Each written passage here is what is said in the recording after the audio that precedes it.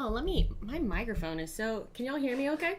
I realize my microphone's, it's just one of those things where when I do this setup, let me make an adjustment here. My microphone is just farther away from me than normal. Let me rotate it so I'm speaking more into the front of it. Okay, that should maybe help. Who knows? Hi everyone. Thank you for your patience. How long have I been live for? How long? Thank you so much for subscribing, Jenny T. Oh, y'all sat on that waiting to start screen for 10 minutes. I am so sorry. I hate making you wait that long. I tilted my camera down too far, but that's okay. I went live and then I was like, I'll just do my makeup real quick. Oops, I haven't scooped the litter box yet. And then, one thing after another, and here we are, 10 minutes. Loud and clear, thank you. Do y'all not normally see me with my hair down? Have I been wearing my hair up a lot lately? 2 years of subscribing already, Jenny T. Hi Von Blade, hi Slivers, hi Clorpdonk, hi Dark Satanica, Lord Parber. People with their volume at 2, too quiet. David Phillips, hello. Wow, really? Okay, people in chat are saying, you never see me with my hair down? I feel like I wear it down, especially on stream, all the time. Just normally with headphones on. Maybe that's why it looks different, because normally I have headphones on. I feel like I only sometimes wear it up, though lately I've been wearing it up more. But I wonder if it's just because normally I have headphones on, and that kind of makes it feel different. Anyway, it doesn't matter.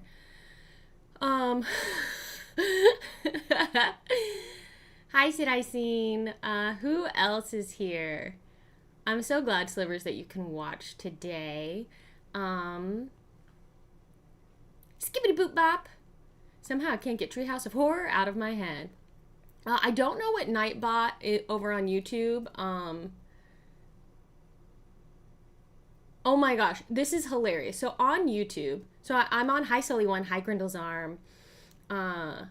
Wow, Von Blade says I've got both streams open and the music is in sync. That's wild because on YouTube there's a much longer delay between what I'm doing live. Like on Twitch you can see it, I think it's like a 3-second delay. On YouTube I feel like it's like a 30-second delay. It gets so behind. Thank you for the follow, Funky. Because there's a blank there. And in October, Paula does Scream Streams. Oh my gosh, Scream Streams. Stream Screams. That's a brilliant way to call it. There was something I was saying. Who can remember? I'm going to go back to saying hello to everyone. Camelisk, did I already say hi to you? Bored at Home, hello. Sean? Is that Sean? Oh, is it doubled up? Sorry, the on-screen chat is insane looking. It's doubled up. Oh, no, hold on. Let me deal with this. I am so sorry. It is insane looking, and I'm sorry that I didn't catch it sooner. It should be better now. I need to do that when I switch into the next screen as well. Sean has also says, been really loving the Final Girl series. I really think my partner would like it, but she's intimidated by it. We're going to co-op it this weekend. I think co-oping this is the perfect way to go because as a solo game, you can play it. People will always ask me, is it solo only? And I'm like, well, technically, yes. But because of that, you can co-op it. And I have played it co-op before. It's like just you and another player or 2 other players or whatever. Just make the decisions of what to do together or take turns taking turns, right? So yeah, I think that's such a good idea and will help with that intimidation factor, right? Because they aren't doing it by themselves. They have someone who's more experienced in the game who can like give like tips or advice on like what we think we should do to help them understand it. I think that's so smart. The Escapist Artist, hello. Oh, I remember what I was laughing at. Is I saw... It is also much easier to miss rules when soloing, which is why I rely on chat and YouTube comments. So the YouTube comments after the fact are less helpful because I've already played the game at that point. I can't fix it real time. What was I saying? Ooh, you could play with 2 final girls. That's interesting. That's interesting. Uh, Hola, Miguel. The Miguel42. How are you? Says, good luck, Paula. About to leave, so I won't be able to watch much, but we'll be sending positive thoughts and thinking good. Please think good roles for me. Yeah, I feel like if you're gonna play with two final girls, you might need to have two killers. Vending Machine Games. Hello. How are you? It says, love Final Girl and have played with my wife. See, there you go.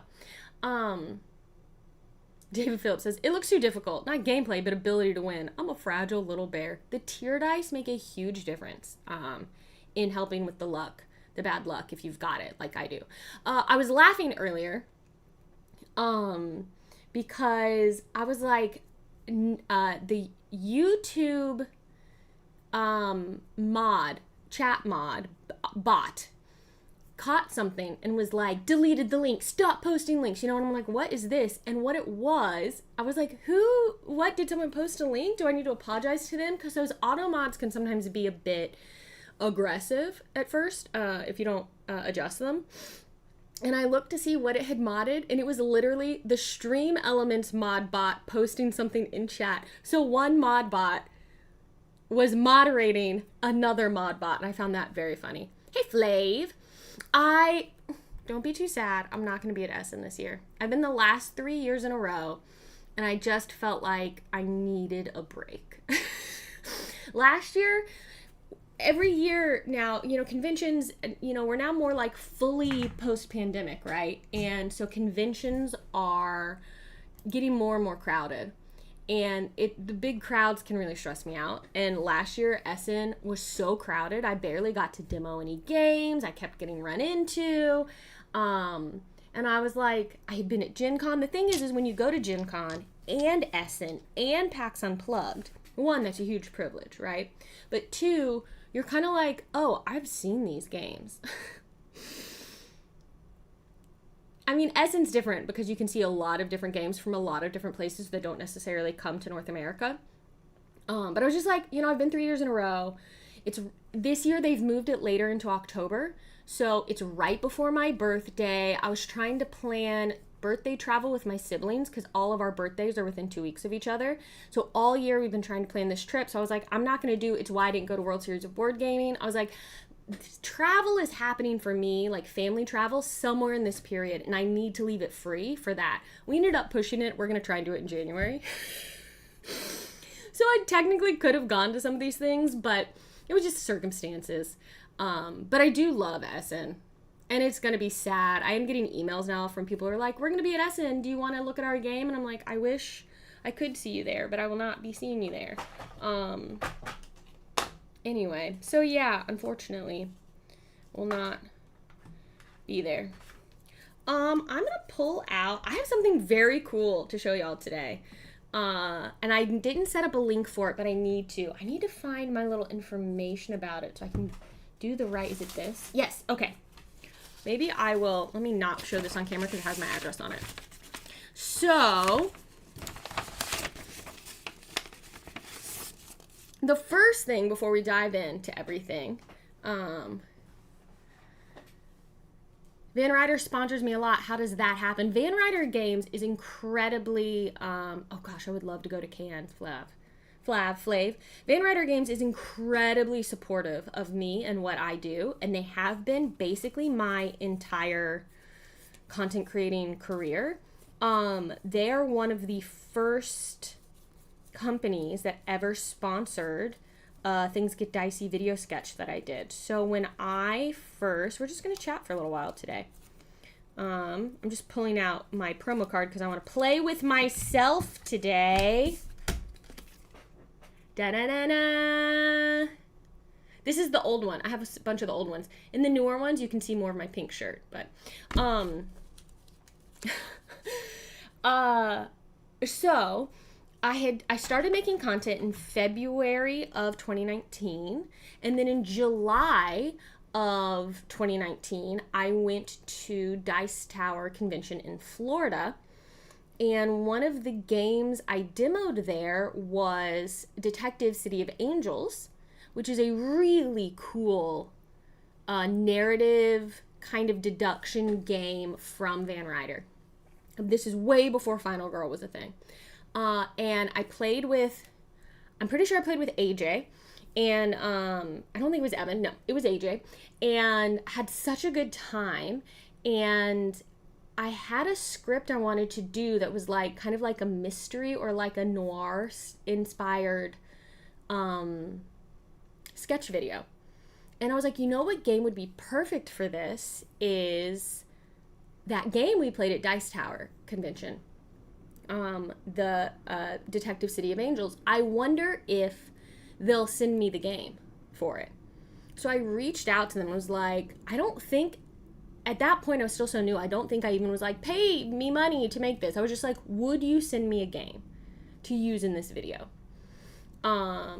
And they were super, super nice. And we're like, you know, we don't normally, I think at the time they were a really small company. It was like, I think they were kind of like, well, we don't normally do this thing, but we really enjoyed playing this game with you and your videos are cool. So sure, let's send you this game.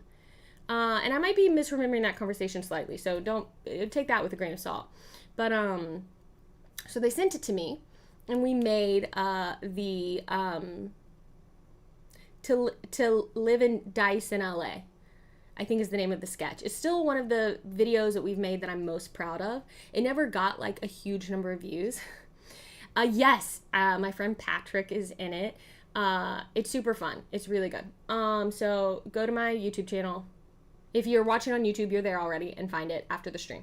So then later, we wanted to do a solo playthrough series on Watch It Played.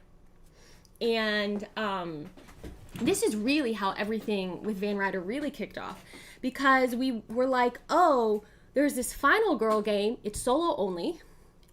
It looks awesome. Maybe we can reach out to them and see if they would like to sponsor one of these episodes. And they were like, man, we'd really like to do that, but we can't really afford it. So they were like, what if because Rodney on Watch It Play did a lot of promo cards for games. And so Rodney was like, well, what if we give you this discounted rate, but you do a promo card, and then we can kind of sell the promo card, and that can kind of like make up, because he sells promos on his site, that can kind of make up the difference. And they were like, oh, yeah, that's a great idea, which is literally how this promo card came into existence, and also why I have a giant box of the first print of them, because Rodney was like, here's some you can sell, which I don't do. I feel weird about it, but and so that's what started this. And then because of that, they were like, oh, this Table for One that you did really well, and the game's popular, would you do stuff for season 2 on your channel? And so I was like, sure, let me stream some of season 2. So they sent me all of season 2, and we were streaming it. And basically through that, there were enough games that they were like, could you just like do a monthly video or something? A monthly video, a post, a stream of Final Girl. So I basically have this like standing agreement with them where I do a monthly thing for them. And it's just like this agreed on thing. And I'm really happy they extended it through 2025, and I'm hoping they will in 2026, though who knows? You know, every year it's going to be a little different, but that's why I'm able to play this game so much. Is because they're like, hey, once a month, will you show off this game? And it's awesome, and I appreciate them. They're so wonderful. I love them as a company. They're so supportive of me, and I just feel very lucky. Yes, Slivers, please drop that link in chat for To Live and Dice in LA. And I'm going to drop it as well in my slow collapse in despair is a great selling point for Final Girl. Board at Home, this is just me talking about how I got to know Van Ryder Games. I'm going to drop this in the YouTube chat as well. I'm also, Paula's, I am also looking forward to A Rotten Harvest. I haven't had a chance to check it out yet. I don't have a copy of it yet, but I'm hoping they'll send it to me and I'll get to stream it. Maybe because I want to stream Final Girl on my birthday because it's the last Thursday of October. So if I am able to get my hands on an early copy of Rotten Harvest, maybe I should email them and ask them about it. I could stream that the day before Halloween. Anyway, that's that. That's what's happening. I have a little camera here that is blocking part of my screen, so if you see me like looking around, that's why.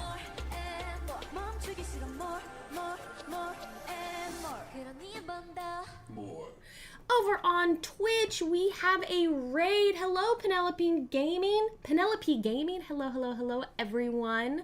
Welcome in. My name is Paula. I stream board games and video games, and today we are streaming the board game. Oh, Slivers, you already dropped that link in the YouTube chat. Thank you. Today we are streaming the board game Final Girl. It is a horror-themed solo-only game. I have a promo card in the game. This is me, and so I'm going to be playing as myself. And welcome. We're so happy to have you. Okay, so now I want to show you something very cool we're going to be playing with that is not Van Ryder games and it's not Final Girl related. And then I'm going to turn off the alerts and we're going to actually play. So, thank you for your patience. So I have some friends who have like a 3D printing company, and Halloween is like their favorite thing. And so their company, Prince of Darkness, specializes in like spooky. If you're on TikTok, you might have seen they had one of their things went viral on TikTok. They specialize in making like spooky themed stuff. They have really cool like skeleton hand like fidget toys and these cool things you can like stick on your wall that are hands and they hold stuff. It's really neat. Anyway, I'll make a post on Instagram later because I do have a code Dicey10 for 10% off on their website. And maybe I'll just put this here. They sent me the coolest thing that I'm going to use. Oh, you're welcome, Board at Home. That game looks fun. And it's a dice tower that I'm going to use for this. Oh, that's what the FR in Penelope Gaming stands for. It's Francis. Hello from France. Bonjour. Thank you for the follow. Super Styles. Oh, our little window is a little weird. I'm going to come off this screen in a minute. Sorry, our chat window is being a little weird. Happy you're here. Get that skeleton hand fidget toy. Prince of Darkness. Scan this QR code. I know it's really small. I'll make a post later too. I'll share about this in the Discord and on Instagram. And use Dicey10 for 10% off. Y'all, they sent me. This is a dice tower. Look how cool it is. And it's kind of like blacklight or whatever, like active. It's like a melting vampire skull thing. Melting monster skull. Oh no, it is a vampire because you can see the teeth. Focus. And so we're gonna you drop the dice in there, and they come out into the little mouth hole, and we're gonna use this to roll our dice today. Because it's so cool. And so to do that, I've got a little camera set up here to show you. The little area where the dice come out, it's not super big, so I'm gonna have to roll them one at a time, but that's okay. So isn't that awesome? I was like, that's incredible. Please, they were like, you play games? Would you like this? And I was like, please send this to me. And they're my friends. They're good people. I've done acting with my friend Laura, who's one of the co-owners and founders, and she's awesome. So, okay, that's that. It doesn't really glow in the dark, but it does have like a light up kind of a thing on like a black light. It's really neat. Is there a P.O. box thingy where we can send stuff to Paula? I have an address that is not my home address that things can be sent to. Feel free to DM me if you want that address. Lurk away, nerdsplaining.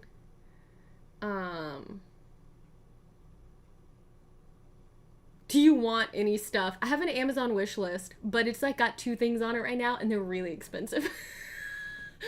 It's like a new set of microphones. It's like $400. All right. So now, I would like Alexis and Iyat. Let me fix my Twitch chat again. And we're going to mute our alerts. So that we can focus on playing the game. What is this? Oh, this is my mouse pad. Let me get that out of frame. Oh, that's my keyboard. Just ignore that.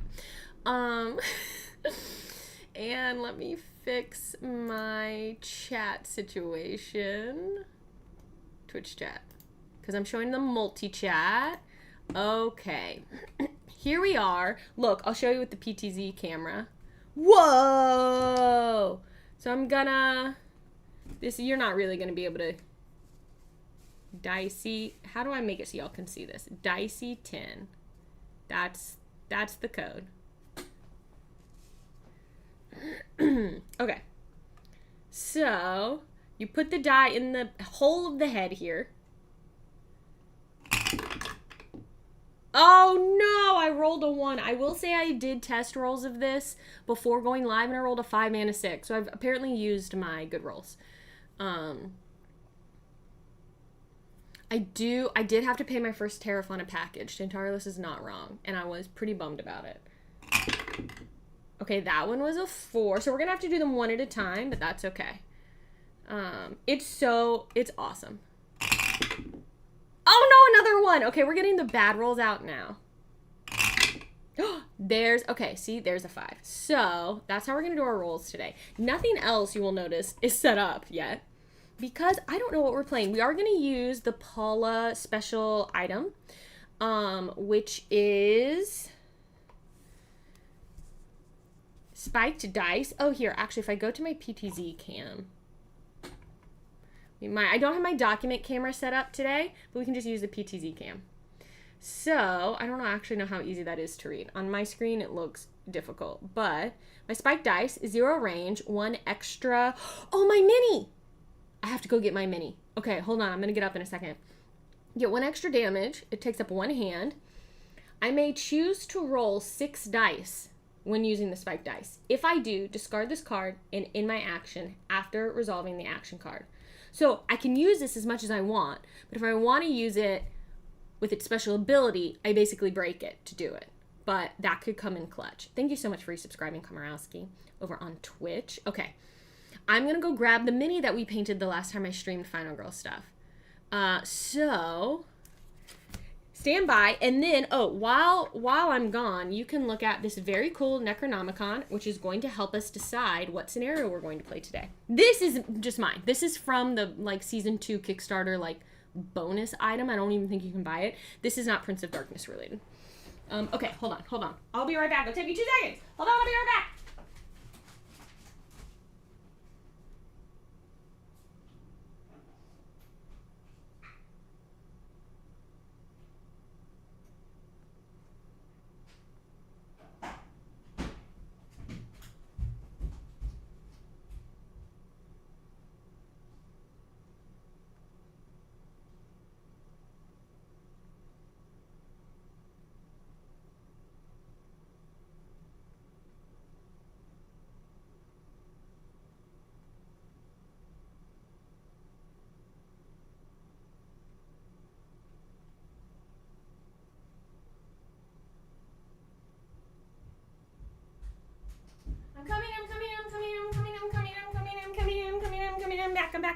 I'm back. Okay. Yeah, grrr, arg. Focus. I think this PTZ camera will autofocus, will it? Maybe not. There it goes. There she is. Very proud of how this turned out. Especially for how small it is and how quickly we painted it. Okay. So, we have that. I have my dice. I have my card. I know you can't quite see everything. Here, let me just pull some of this stuff just slightly up more. I am not going to play with the tier dice today because to use our Necronomicon, I'll show you how this works. And then, these cards are all out of order because I used them in a sketch I just filmed and they got thrown everywhere, which you all will see right around Halloween. Hold on. So they're all kinds of out of order. Oh my gosh, I was gonna do this and then I forgot. Okay, we can put a guard here. Our 0 cost cards can go here. Long rest usually ends up somewhere around here. Planning. Retaliate. Sprint. Search will go there. Close calls always go here. Furious Strike.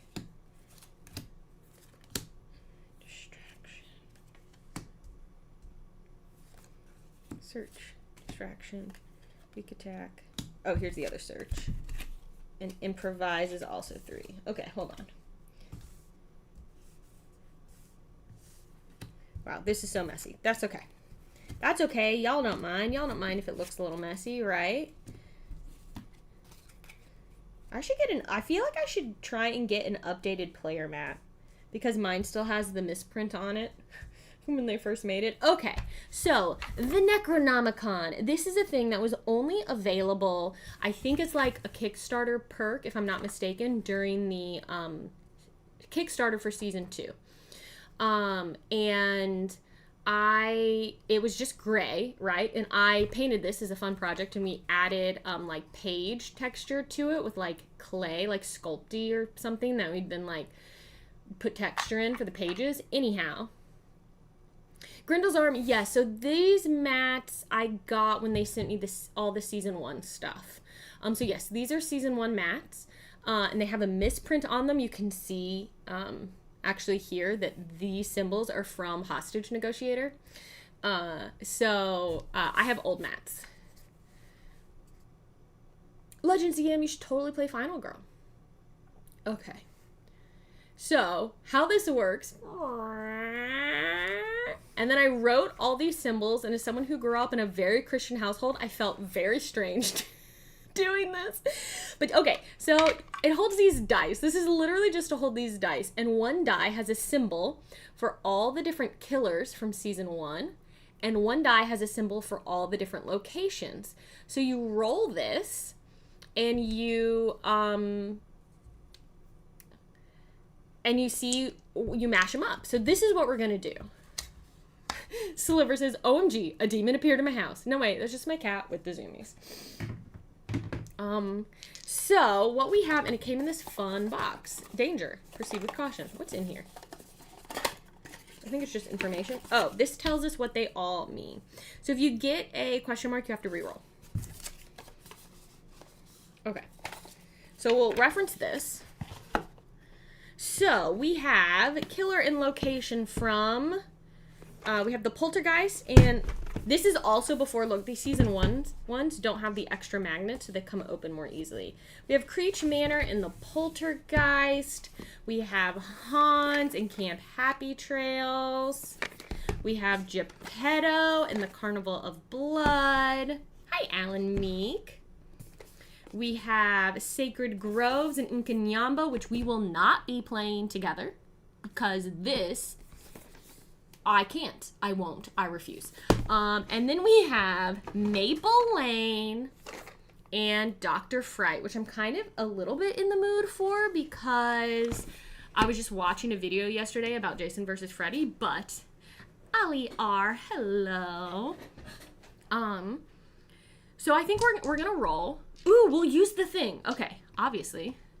And if I get a pairing that goes together, we'll re-roll. I want this to be a true mashup, okay? So, let's go. For our killer, we'll do our killer roll first. Ready? Okay. I think that's Nkanyamba. No! Why? Oh my gosh, I'm so upset. So, that symbol is Nkanyamba. But we will not be playing him in the Sacred Groves. You could not pay me enough money to do that. It's too hard. Okay, Nkanyamba. Okay, Tantarla says, if I wanted to get a feature film at the Van Ryder Games booth at Spiel, which one should you get? If you don't have any, I do recommend starting with Camp Happy Trails and Hans because it's the most basic rule set. And then I recommend getting a second one, and it should be whatever theme you think looks the most interesting. So everyone is themed after a different kind of horror movie, and just pick the one that you think looks most interesting based on your taste, is what I recommend.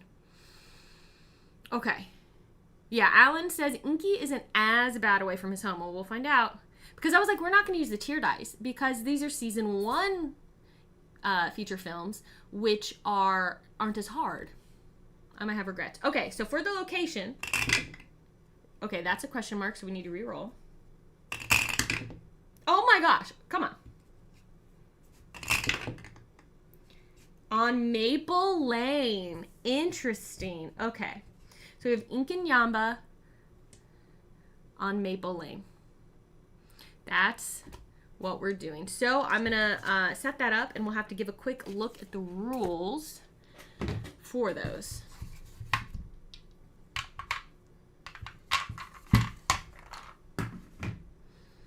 Okay, so this is Maple Lane, and this is Inkanyamba, and these we will put away. So which side? This is the Inkanyamba killer board. Inkanyamba the Avenger. He's got Killer Wrath, which we'll put over here probably.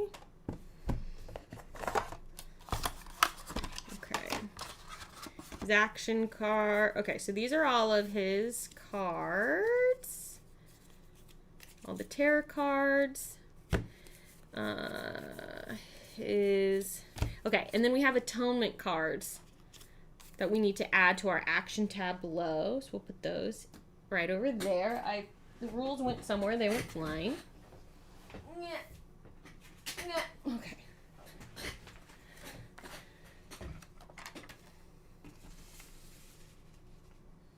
Put that where you can see it the whole time.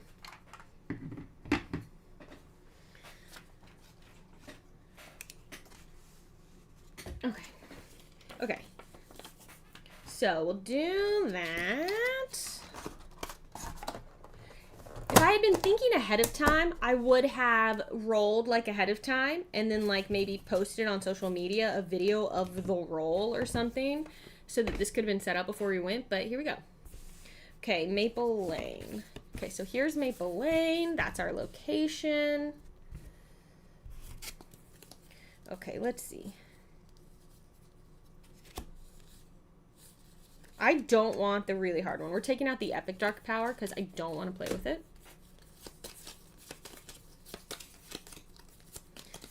Okay, let's do this one as his minor dark, or his dark power card. And then we'll do... You should run a Call of Cthulhu one-shot with the final girls as PCs. Oh my gosh, that's such a good idea, Tantarlis. That's such a good idea. Alan Meek, epic trailer voice guy. You desecrated his land. Now, he's followed you home. Inkanyamba on Maple Lane. Coming to theaters near you, October 2nd. Okay, this is our finale card.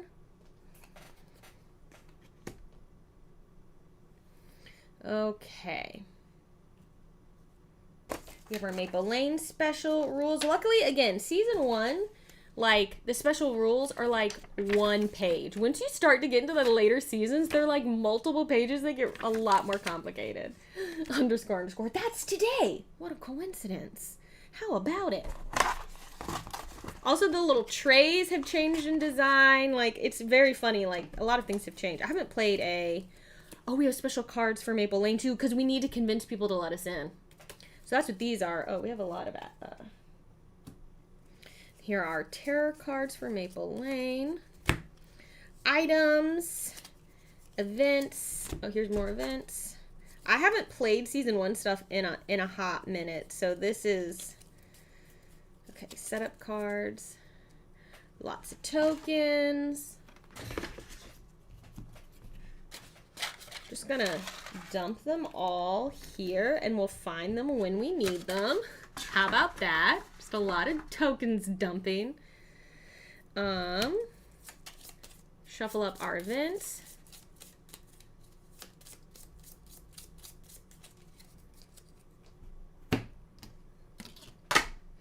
Our setup card we'll pull. All right, it's this. A block party. Okay. I'm also gonna grab my coffee. Oh my gosh. This is actually a real... There's so many cords and things here, and I really don't want to spill my coffee on my game or make my cameras disconnect by rustling their cords. Okay, there I also need to try to not run late today with this stream. So once we start, I'm going to have to play fast. I'm not going to be able to think that hard. Oh, Sean says, I need more season 1 boxes. I only have Camp Happy Trails from season 1. I really like, okay, from season 1, what I particularly enjoy is the Maple Lane and Dr. Fright set. I think that one's really fun. Howard Brown, I'm playing all the Final Girl seasons right now. I call it the Panic-thon. So far, I've only won 30% of the games. 30% is so impressive to me. What's the percentage that we think I win this game? I do technically log them when I play them. I could probably look it up. I think I win 10%? Sliver says 2%. I think that might be right.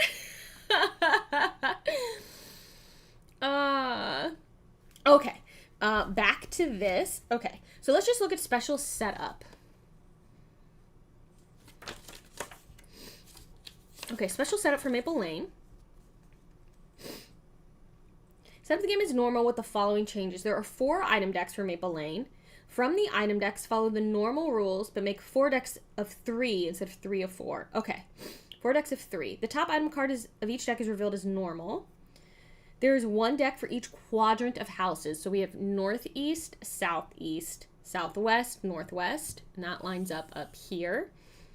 We have the convinced cards added to our tableau. Okay, we'll go back to special rules in a minute. Special setup for Inkanyamba. Killer Wrath, which we have right here. You can't see it because it's just off screen right now, but we have our Killer Wrath right here. And Atonement action cards. Okay, easy. So, all of our little tokens all over the place. Sometimes I like to look through. Let's see, what kind of item cards do we have here? Lucky dice, which we're going to take out because we are going to use my spiked dice. And I am going to make them a top card, but we won't know where because I want to be able to have access to them. I house rule things because we want it to be fun. Fireworks, machete, megaphone, Bible, knife, odds and ends, pitchfork, multiple crucifixes. Okay. It's the sign of a great game. If you love playing it, when you lose. Yeah, so not analysis paralysis, but deadline streamline. Exactly. This is a hard game.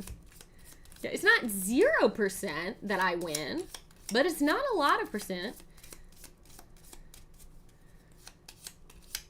Alan Meek is one of the weirdos who likes Poltergeist. I like the idea of Poltergeist, and I like that it has a different and interesting way to win, but it's so hard. It's so hard. Okay. 1, 2, 3, 4. We'll just shift things a little here because my mat doesn't include 4 spaces, but that's okay. 2, 2, 2, 2, 1, 2, 3. That one. These are out of the game. We're gonna shuffle these together, and these are our face up. Oh my gosh. Not even showing y'all what I'm doing. I'm sorry. I'm sorry I didn't switch cameras.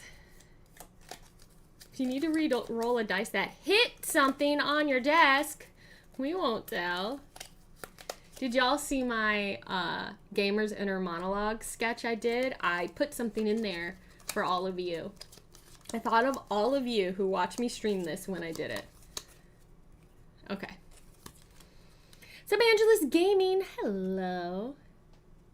So we have a megaphone in the northwest quadrant. Once per action phase, you may move any victim on the board 1 space.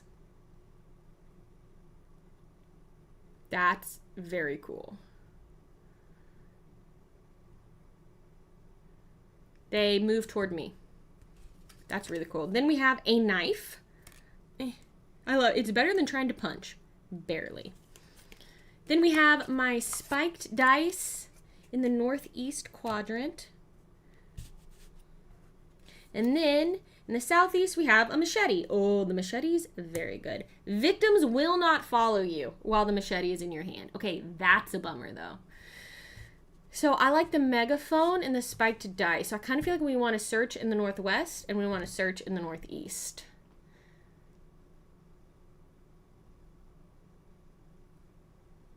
Okay.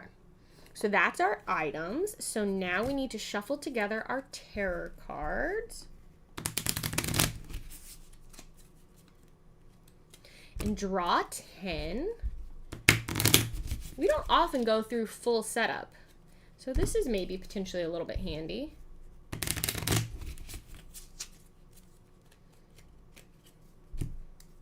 I like that Von Blade says, I like the simplicity of a stabby thing. And your name is Von Blade.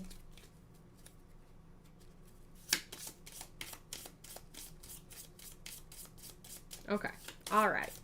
I should mark down. I always need to do this, but mark down when we actually start playing so I can make a chapter on the YouTube video. Okay, 10 cards. 1, 2, 3, 4, 5, 6, 7, 8, 9, 10. We have our 10 cards. Now let's do our little block party setup. I'm going to pull out our little special victims unit just in case they come out in the game. All right, so we have victims. 1 here, 1 here, 2 here. Oh my gosh, because it's a block party. I feel like, honestly, I feel like the last time I streamed this, we had this set up. 6 in the intersection because they're having a block party. 1, 2, 3, 4, 5. So many up there. 6. Then I am here in this house. Then we have 1 victim in the house below me and 1 victim in the house next to me. And we're going to put, we'll grab them from here if we need. Oh, we need to do health. Okay, okay. Quick rest of the setup. Then we have, I could be using the killer mini, but it's in the other room, so I don't feel like getting it. Bloodlust marker. Time. I don't have right now the fancy horror tracker, so we'll just use the other killer meeple. So horror starts at 4 for Inkanyamba. And he starts in this house.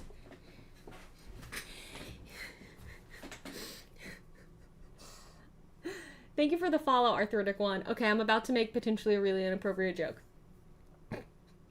Saying that, maybe I shouldn't make it, but here's the movie trailer.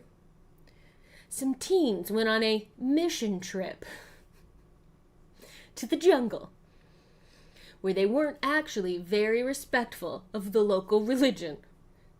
As such, they desecrated the sacred grounds.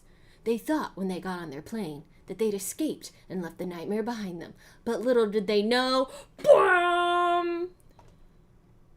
Boom! It followed them home. Now they face Inkanyamba on their own territory. Will their Home Alone antics be able to save the day, or will Inkanyamba turn this neighborhood into his own sacred grove?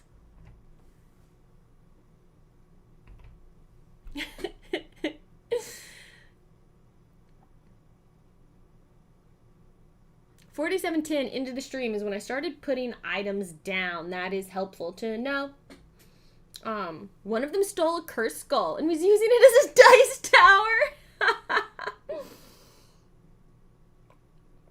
Underscore Nicker says, well, now I'm rooting for Inkanyamba. I mean, I don't feel like you're wrong.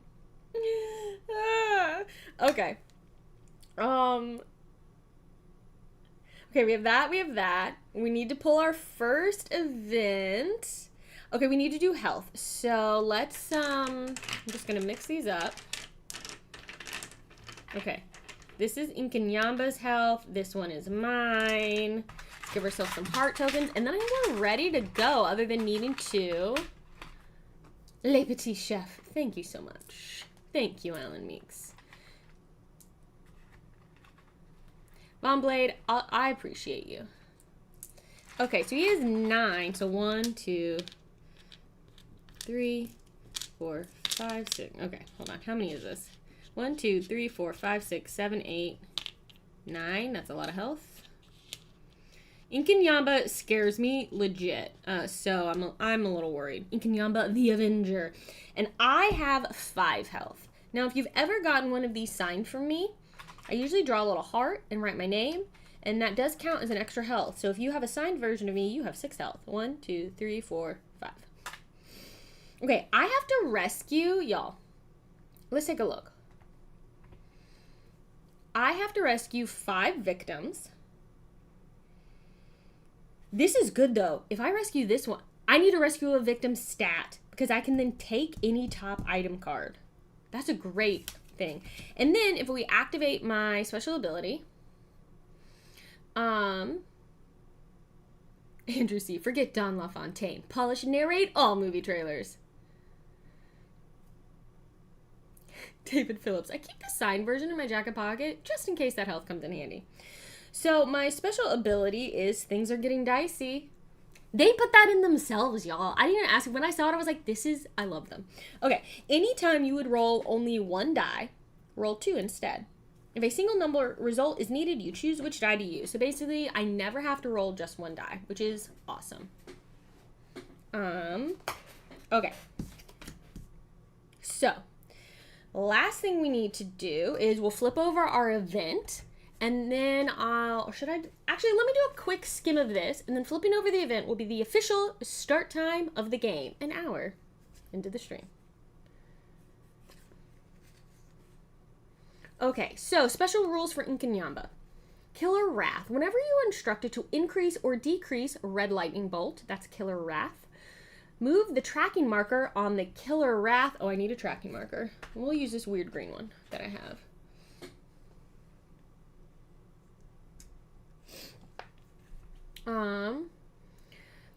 Move the marker on the Killer Wrath card up or down the appropriate number of levels. The marker can never be below 1 or above 10, so ignore any additional increases or decreases that would move. It doesn't wrap around. Whenever you are instructed to unleash Wrath, check the current level on the Killer Wrath card and apply any effects listed there. These may include increasing horror, Inkinyamba recovering health, Inkinyamba performing a killer action, or a combination of things. Some cards will allow you to reduce Killer Wrath, but the primary way is to purchase and play atonement cards. So we start on the 1. These atonement cards are unique in that there's an additional success line for you if you get 3 or more successes on a horror roll. Great. All right, Maple Lane. Street spaces.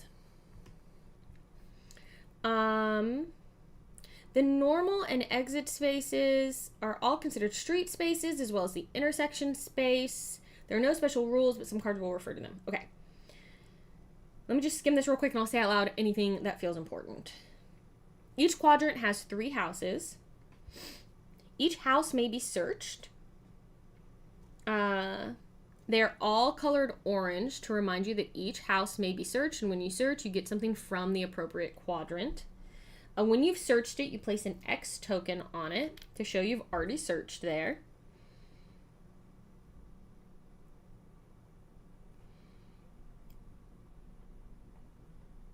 In the rare, okay, that we'll deal with that if that comes up. Since the residents of Maple Lane are so suspicious, I wonder why, you cannot enter an occupied house, 1 or more victims in the house.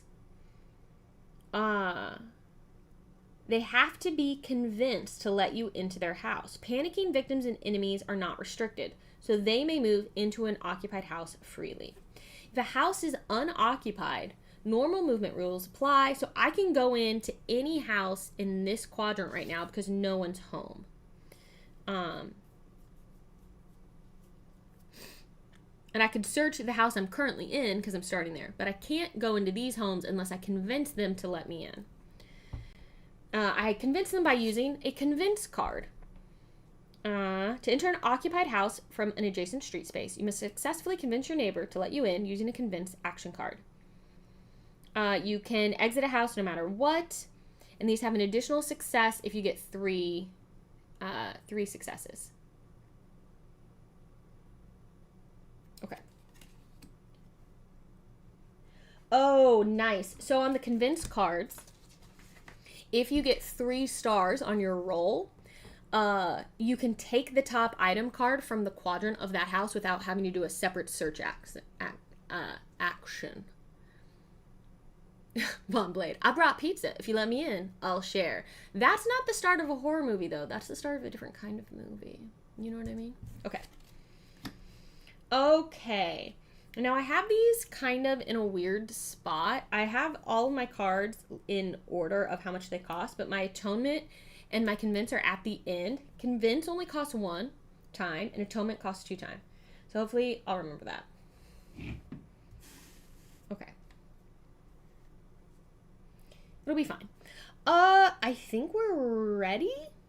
I think we're ready to go. I think we start playing an hour into the stream. Help me remember that later. How's everyone doing? Everyone feels ready? Everyone feels ready to go? Any specific questions about? Oh, yes. Alan Meek, a vampire with a legally distinct Buffy as a feature film would be... I like that idea a lot. Yeah, some kind of Dracula sort of thing would be very cool. Okay. Quick, assign your card to get the extra heart. Honestly, not a bad technique. We're so ready to ink his Yamba. Let's go. My tokens are a mess. Okay. Let's start. So I start with my 0 cost cards. So I just need to kill him. Like, it's not... I'm used to having all these, like, crazy things because we've been playing so much, like, Season 3. But, like, I just need to kill him and try and keep the Killer Wrath from getting too bad. Oh, we need to flip over. As usual, I almost forget to do the event. It's raining men. Hallelujah, it's raining men. Or actually, I guess in this it should be, it's raining blood. That's so scary. It's raining blood. Everyone get inside before you get drenched. This is a hilarious start. Okay, so our setup was Block Party, which put 6 victims into the intersection. And then the very first event we draw is It's Raining. Panic victims in the intersection. Then move every victim that is on a street space to its adjacent home. So all of our lovely, easy to enter empty houses will probably get filled with people. That's so funny. Okay. So we must panic all these victims. So, 1. All right. So 1 goes to the 3. 3 is this direction. I'm just going to show y'all the rolling, maybe? Well, that doesn't matter as much in this scenario. I'll show you in a wide shot. How about that? Oops, that one popped out, but it's a 1. So that means there are too many in here to see where they go. 1 goes up here again.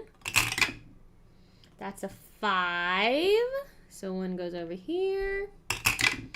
A 6. So 1 goes over here.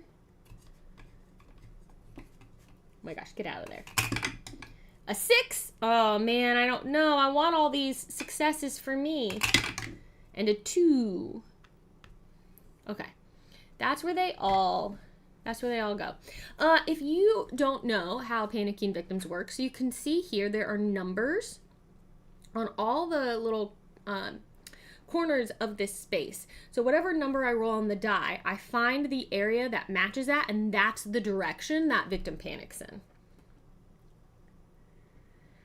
Arthritic One says, this is so tough with both Wrath cards going on at once. Exactly, which is why I refuse to play Inkinyamba in his Sacred Groves. It's too hard. Okay. Okay, so we did our first event. Now I get to take my turn. Oh no, I didn't do all of it. Then every victim that is in a street space adjacent to a house moves into the house. Okay. So this one goes into the Smallies' house. This one comes into my house. All 3 of these go into this house. This actually wasn't that bad. I want to go get my dice. So let's go into a house in the northeast. So I think the first thing to do... Oh my gosh. I'm actually really far away from being able to get there. Because this space isn't connected to that. I have to go here. 1, 2, 3, 4. I could just first try and save a victim, and then I can take any top item card without having to go to the northeast. So maybe we see if we take this victim with us 1, 2 to this exit, save them, and get an item. They go, oh, by the way, have the lucky fuzzy dice I normally hang on my car, and they have spikes on them for some reason. I like to imagine that I've like stuck nails through them. That's what I like to think. Okay, so that's the plan. We just need to move 2 spaces. Easy. It's not that hard to move 2 spaces. Right? We're going to play a walk card. The horror's at 4, so we get to roll 2 dice. And see what happens. I would like 2 successes. Because I want to be able to move 2 spaces. But we'll see what happens. Give me a success. That's 1 success. Give me another success.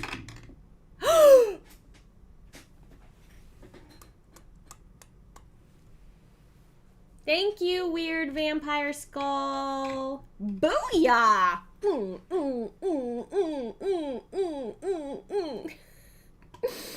So, definitely cursed skull. We need to come up with a name for him. I will kiss him if I want.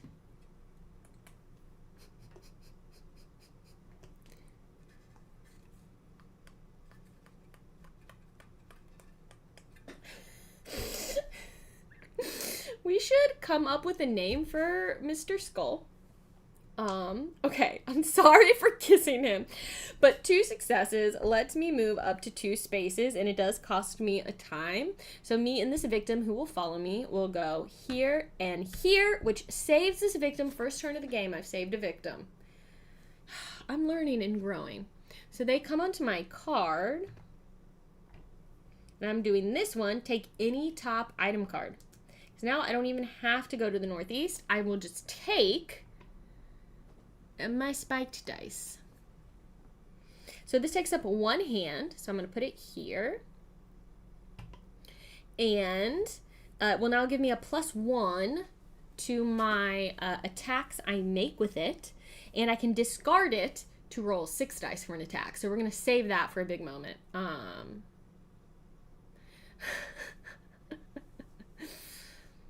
Oh my gosh. Grav says, made it home. Hopefully still some game left to watch. We spent an hour setting up, so I just took my first turn.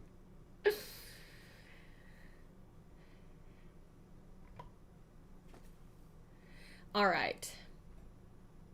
Oh, so that was my first action. So I could do more, or I could like wait, build things up. The next thing to do, we could try to focus. It's not a bad idea to try and get our horror level down. So, oh my gosh, Mandible for the skull name. That's pretty funny. Maybe I play a focus card and try and get our horror level down. I will do that. And then I might, depending on how that goes, I might call it and like be done for the first turn. Okay. So again, I'm going to roll 2 dice. 1 at a time. Okay, that's a partial success. And another partial success. That was almost a real success. So I could discard 2 cards and get a single success. Boy. All right, I'll do it. I'm going to discard my short rest and my weak attack because I'm not going to be attacking immediately. So that I can get a single success. And then that will spend a time. So that comes down to 4 and let me reduce the horror by 1. And then I will stop my turn because that's only 2 cards left in my hand. So I have 4 time to spend. And I think I should spend that on... I think having a convince in my hand is not a bad idea. So maybe we spend 1 time on a convince card.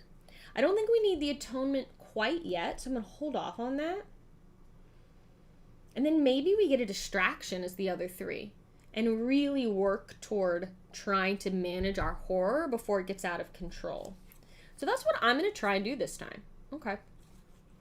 I still have a walk. I have a focus. Let's try that. Those are my cards. So then I'll put these back. They're all 0 cost cards. They all go back into the market, and that's my turn. So now we do our killer phase. So Inkinyamba will, if a Killer Wrath is at 1 to 2, it is at 1. Increase it by 1. So now it's at 2. So over here, this is in a spot that's kind of hard to see. I think I'm going to put it here. It'll have less glare on it, and in our close-up, you'll be able to see it. Okay, so this is now at 2. And then we target the closest final girl or victim, and then attack, but no movement yet. This is usually how they start. They don't move right away. So he's not in a space with a victim or with me, so no one will die for now. Camo says succeeding at 2 things on turn 1 is beyond all expectations. It's the best start of a game maybe I've ever had. Oh my gosh, David Phillips just suggested Agent Scully for the skull. That's pretty good. We could call him Dana, because Dana can be a gender neutral name. And Dana is Scully's first name. Dana, I kind of like it. Also, we don't know the gender. It's just a skull. We don't know what gender the skull was when it had flesh on its face.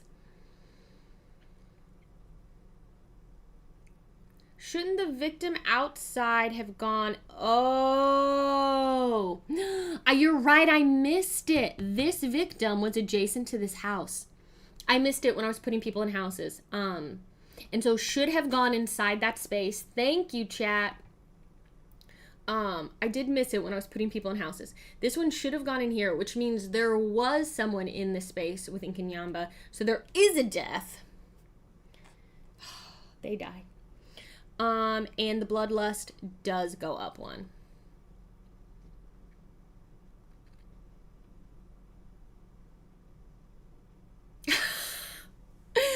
Grath over on Twitch chat says, I thought as you had reached the point where you were making out with an inanimate object, we might be quite far into the game, but apparently some people start the party at that level. Oh, man. All right. Bummer. So not as gentle of a first killer phase as I was hoping, but that's that. And now we pull a terror card.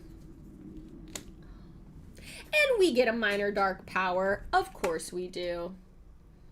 Boiling anger. He deserves it, honestly. Once during each upkeep, make a horror roll. Roll a star, no effect. Not roll a star. Increase the killer wrath by 1. We have to do 2 damage to him to make this go away. This is bad, and I don't like it. That'll go up here. All right, well, it's the upkeep phase. Right? Because, oh no, we panic. No one panics because no one witnessed this death. No one was in that space. And then we upkeep. So, upkeep, we roll. We make a horror roll. So I roll 2 dice.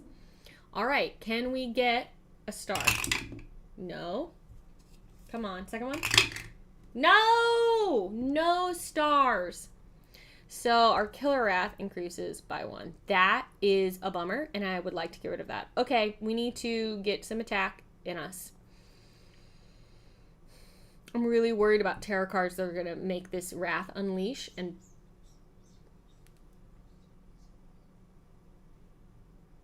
Hold on. It sounds like a baby bird fell outside my window. Hold on, hold on, hold on.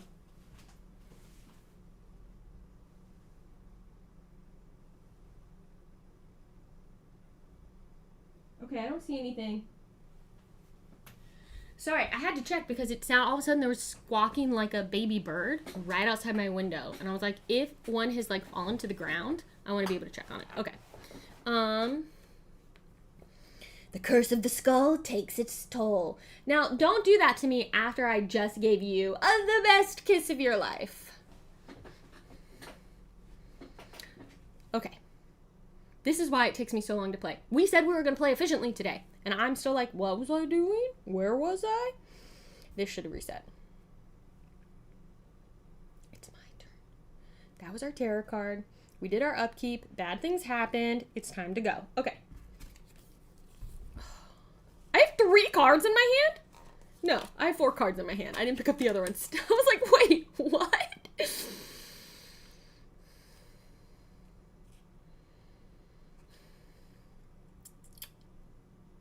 Okay, we don't have a search card.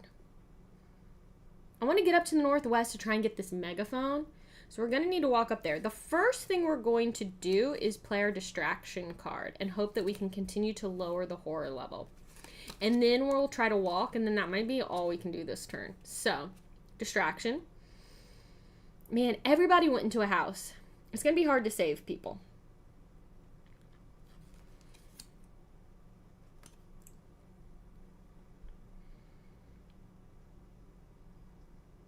Okay.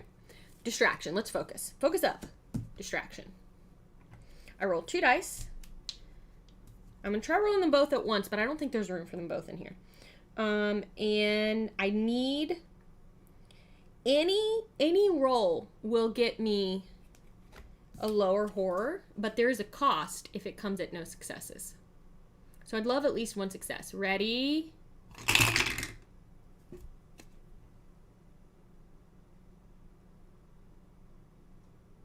Oh no.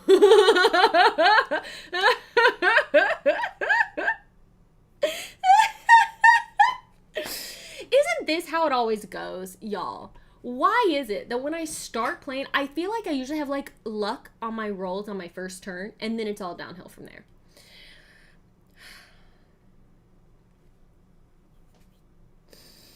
All right, that blows. I'm going to do the no success, decrease the horror, but lose 4 time, which is rough. That's going to put us down to 2 time, which is not going to help us get very many cards, but it will decrease the horror. I don't want to increase the horror and still lose 2 time. There's the classic Deming dice curse. The skull demands 1 die at a time. If I had rolled them 1 at a time, maybe it would have been better for us. Okay. Well, boo. We're going to get back all these cards. So I say, let's try to walk. Or I could focus. Should we really... Okay. Should I go hard and try and get down to 3 dice?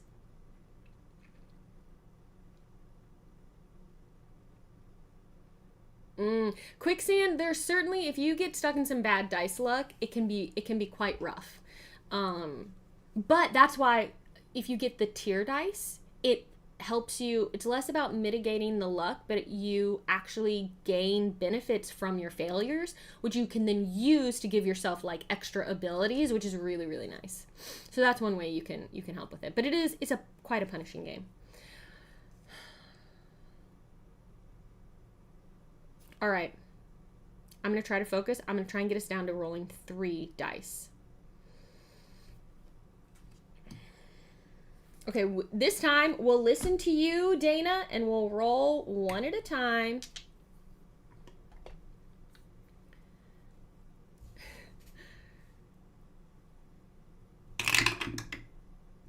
Okay, this is a partial success. Give me a star. Why?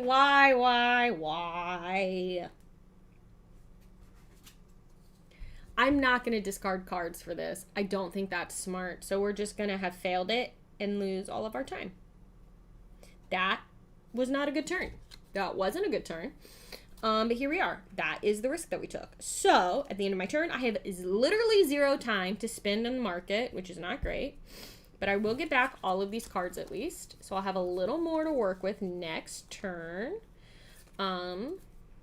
These go back. The distraction did help. Horror will probably go up, like, because Killer Wrath is probably going to unleash, but we're close to being roll 3 dice, so that's something.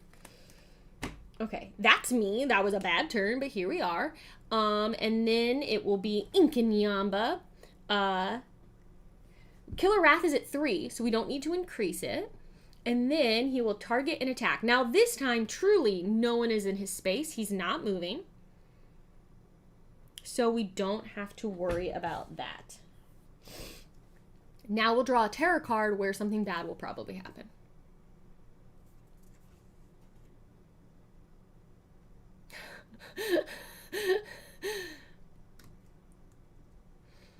Oh, yeah, and quicksand. Tear dice, like crying tears. I have them. Oh, shoot. They're in a box underneath my camera.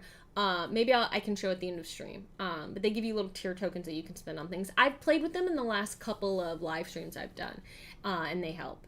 But yeah, I think improvise and distraction help a lot. Yeah, sometimes it just doesn't work, you know? Okay. So, okay, here we go. Wrath of Opportunity. Unleash Wrath. So that means the horror goes up by 1. So that is from 2 to 3 now. Increase wrath equal to the number of action cards in hand. Are you kidding me? I just got all these. 1, 2, 3, 4, 5, 6. Inkanyamba, you son of a bitch. So 1, 2, 3, 4, 5, 6. Which means that if Wrath is unleashed, Inkanyamba will heal twice, which doesn't matter because we haven't done any damage to him. Horror will go up. He will target, move, and attack. So next time Wrath is unleashed, something really bad will happen. So now it's time maybe to get some atonement cards. Yes, board at home. The tier dice are something you can choose to add into the game or not. And the dice are blue. Again, I wish I had them. At the end of stream, I'll pull them out. They're just the box holding them is propping up my PTZ camera right now.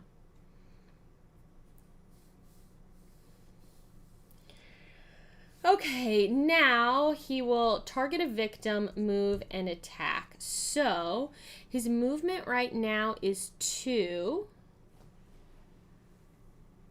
He has to exit here. He won't be able to get to anyone, but let's see where he goes. So he'll definitely go here.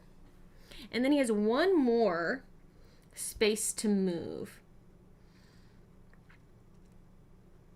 He's 1, 2 away from this victim. He's 1, 2, 3 away from all of them. If that was a tie, he would target them because there's more of them. But it's not, so he'll go his extra 1 up here because that's getting him closer to a victim. And I believe that is the correct way to adjudicate that. He's also blocking an exit, which is bad for me. But at least no one else died. Okay. That is our tarot card resolved. Now we do our panic phase. No one panics because no one died this turn. Then I do my upkeep where we have to deal with our boiling anger. We're going to roll 2 dice and hope for a star, or else we increase the Killer Wrath.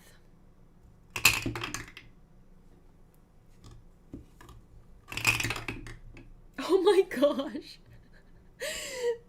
Dana, you started off treating me so well, and now the Killer Wrath is up to 10 because I rolled no stars. And which is extra bad things happen if the Killer Wrath is unleashed. Oh no, y'all, it's bad. It's really bad. It's so bad. Okay. Great. It's me. I want to go to the northwest to get the megaphone. And I'd like to save more people. I was hoping to go up and save this guy, but now the killer's in the way.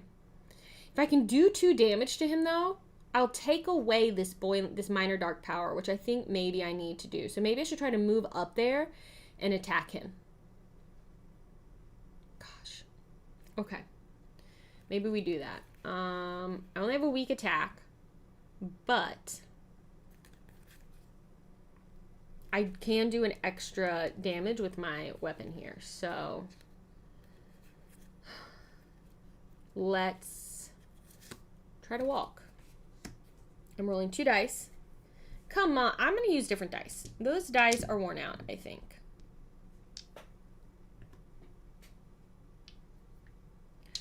Grindel's arm. Oh, you know, that's a good question. Ask, could you spend 2 cards to turn the partial into a success on that minor dark power roll?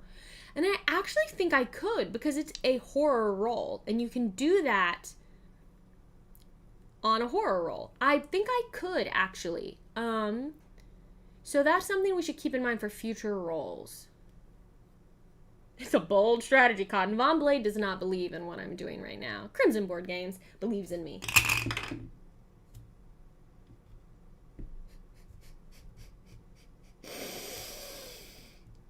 Remember, I was like, we don't need to play with the tier dice. It'll be fine. I cannot believe this. I cannot believe it. What the heck? What is happening? So, oh my gosh. I got no successes. I can move up to 1 space, take a damage, and lose 2 time.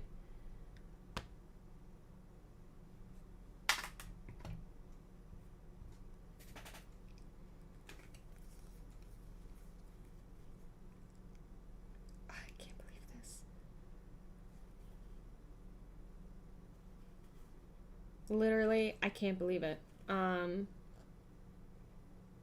gonna stop my turn. That's it. That's my turn. 1, 2, 3, 4, 5. I have 4 time to spend on cards.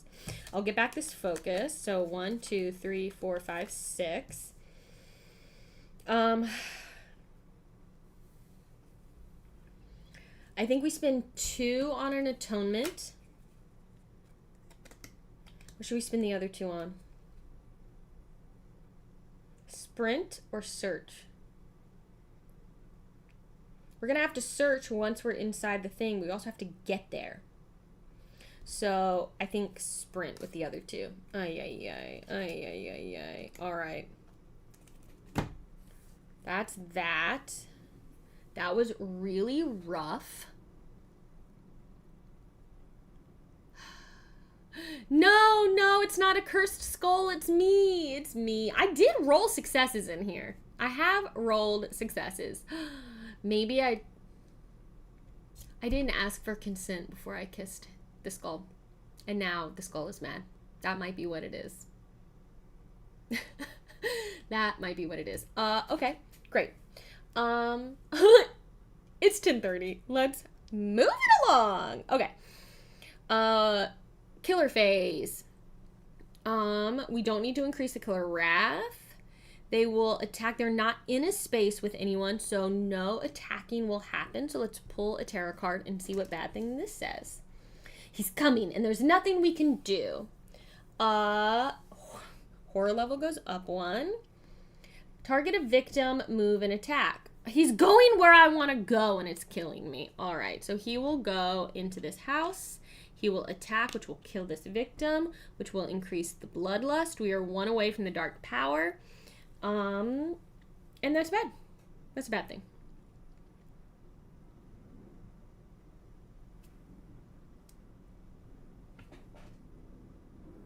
Maybe we should try and go here. Oh yes, I'm going to drink more of my coffee because Jacob is reminding me to hydrate.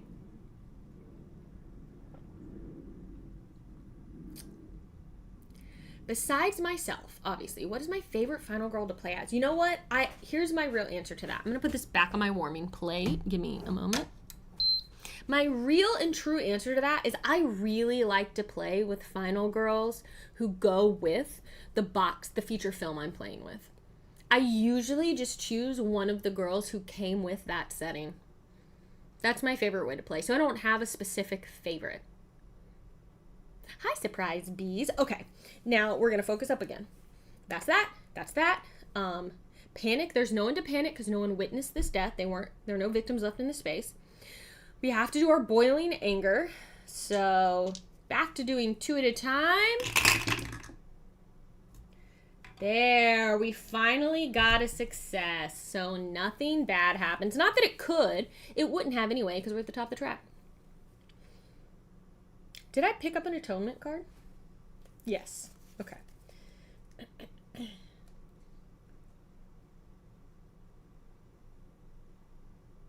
Okay. My turn. What are we doing? What are we doing here? What are we doing with our lives? We're trying to move. I am going to... I picked up a sprint, didn't I? Where is it? Oh, I keep leaving a card behind. Sprint. I'm going to sprint. Because maybe I can come up here. Or who knows how I'm feeling when it all happens. Manalik, thank you for resubscribing over on Twitch. Arthritic One, thank you for following. I'm sorry I missed that earlier when it happened. So I need to roll 2 dice. And hope I can move. They fell out, but I did get 1 success. And then I can spend to get a second success. And I think I might, because I think I'd like to move 3 spaces. The question is, I think I should go for this and see if I can save this victim and do a search. I think that might be the smartest thing. So, with this in mind, I can discard 2 cards. Which is kind of tricky. I need the convince to get in there. I will discard my short rest and a focus to turn this into a success. So now I can move up to 3 spaces. It will cost me time to do it. And I'm going to go 1, 2, 3. Now I need to convince this person to let me into their house. So I'm going to play a convince card. I wish I could get a 3rd die to roll so I could do the top, have a chance at getting the top ability, but I can't. But that's okay.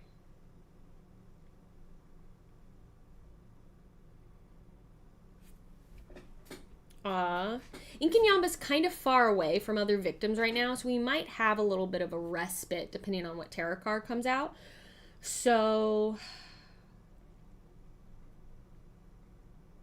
great. I will see what I can do. Let's try and get inside.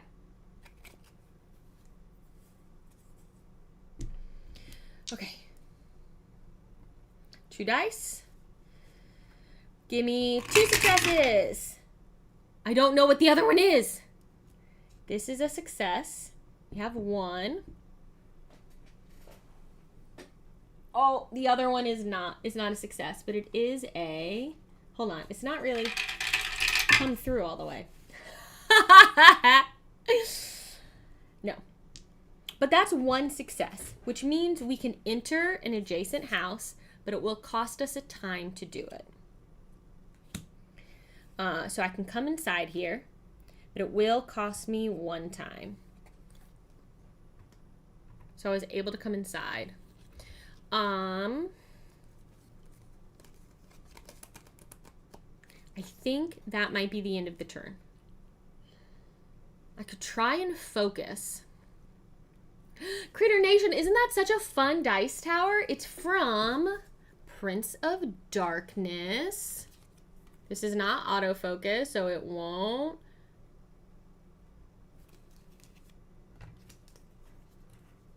Oh gosh, what am I doing?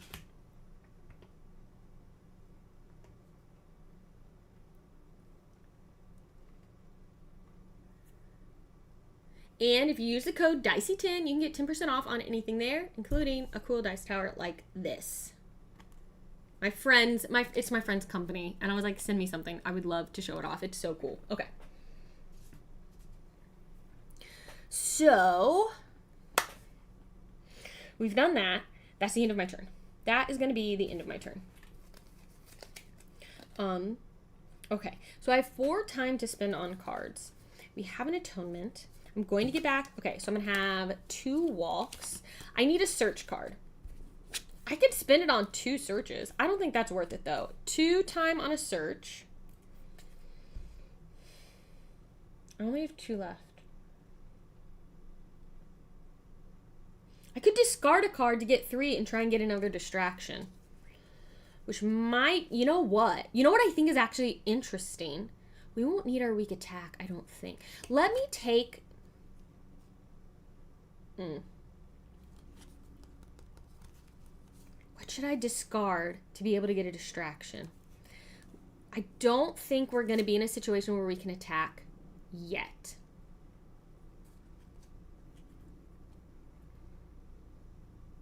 The one success is the final girl forcing her way through the slightly cracked door, knocking over the poor victim. Totally. Because if you, well, but you don't hurt yourself. If you have no successes on this card, you enter, you hurt yourself, but you can still go inside. That's how I picture that. Like you bust down the door and injure yourself. I think I'm going to discard the weak attack to gain 1 time, which means I can spend that 3 to get this distraction card to try and work our focus back down, because I really want the possibility of being able to get 3 successes on some of these cards. So that is my strategy for that. That's all of my cards. I'm going to put these back into the market.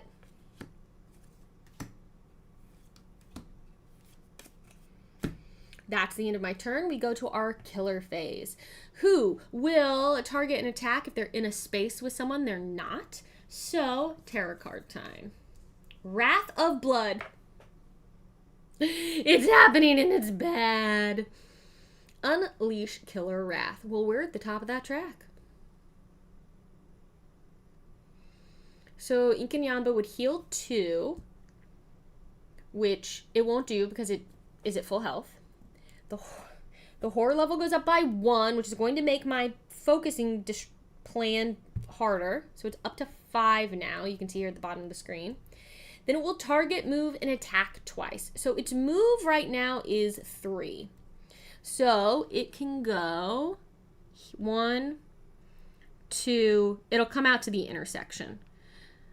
1, 2, 3. Because luckily everyone went into this house and they can't quite get there. So honestly, that could have been a lot worse. That could have been a lot worse.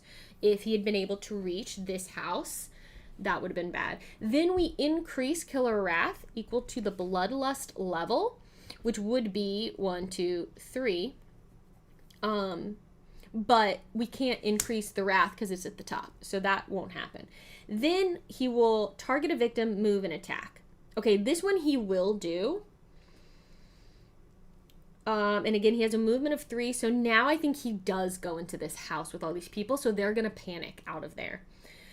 So he has a movement of 3. He's 1, 2 away from this house. 1, 2 away from this house. But this has the most victims. So he goes 1, 2. He kills one of them, which will make the Bloodlust go up by 1, which now reveals the Dark Power. I don't think we're going to win this. Rising Dread. Whenever Killer Wrath increases, the horror level goes up. Okay. Cool. Great. Now all of these victims panic. So let's see where they go. It's hard to... I'm just going to move them all for a second. So 1 to 3, they'll move out of the house. 4 to 6, they'll stay in. So this one comes out.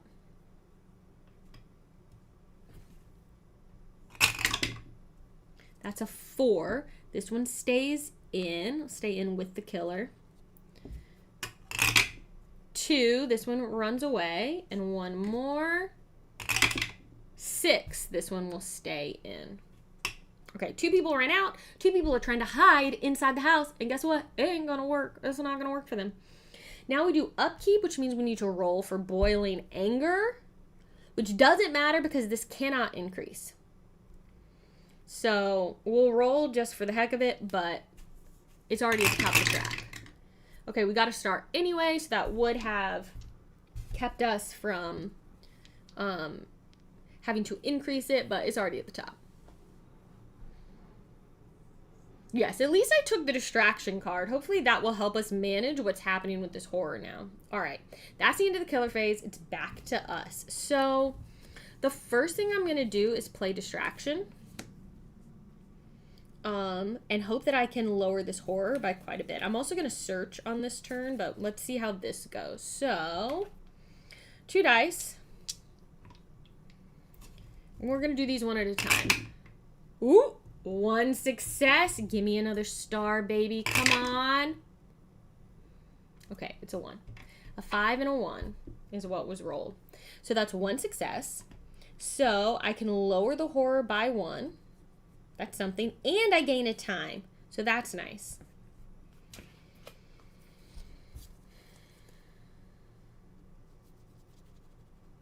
I think with that in mind, I'm going to play a focus card.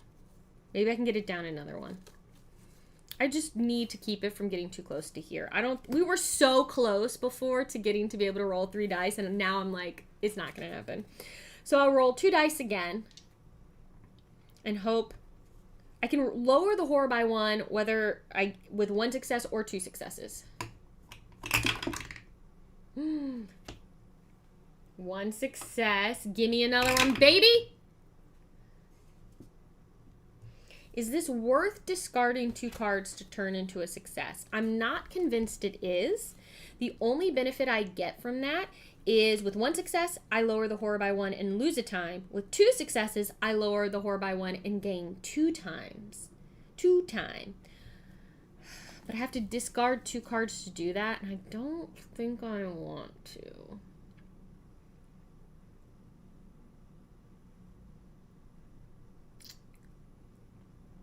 I'm going to leave it. I'm just going to go back to 6 time. I gained a time, I lost a time.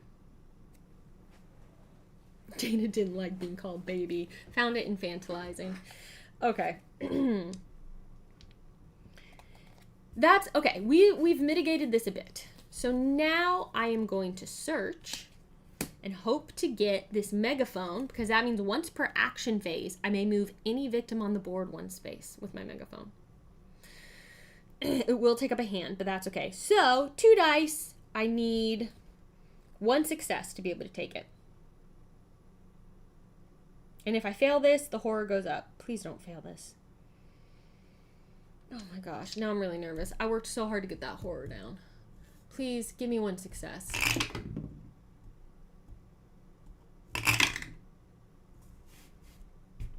I rolled 2 3s. Oh, you can't see from there. You see here?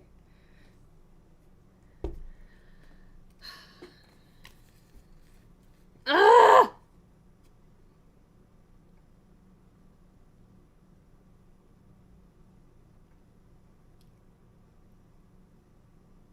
Okay.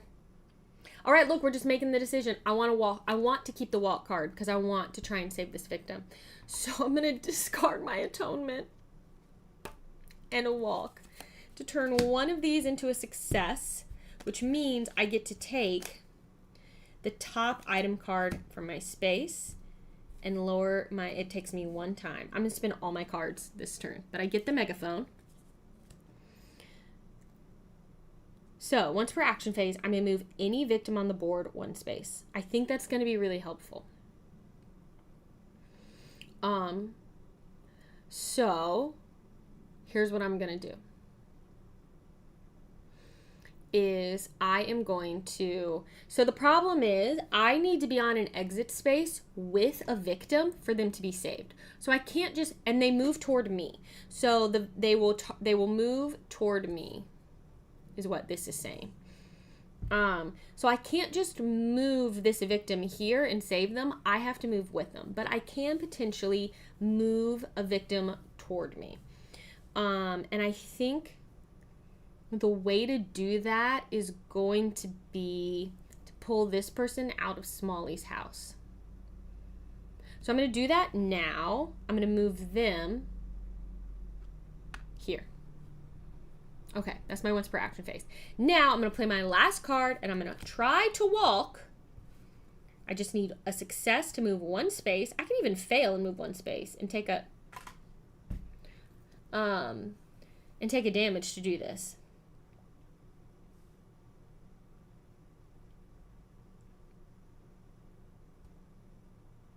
Oh my gosh, I have a cool thing I could do. If this works, I have a combo, but I don't want to say it out loud in case it doesn't work. Okay.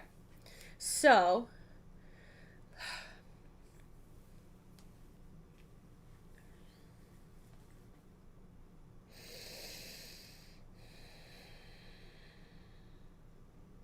okay, y'all. Roll dice. Ready? Oh no. Please be a success. Please be a star. 2 fails. Why do you hate me? I was so nice to you. I gave you a name. I've had the worst dice luck today. It's because I'm not playing with the tier dice, so I can't capitalize off any of this. Okay. But what I can do with no successes, I can still move. I will take a damage to do it. And y'all know me, I don't mind taking damage. So I will take 1 damage. I will move up to 1 space with this victim. And I will lose 2 time. But now what I can do is save this victim. Because we're on an exit. So this victim gets saved. And look at this. I can put them on this space that says move 2 spaces. To move 2 spaces, I can go, hi, come with me. Whoop. Now they're on an exit and they're saved. So now I can lower the horror by 1, which I think I'm going to do.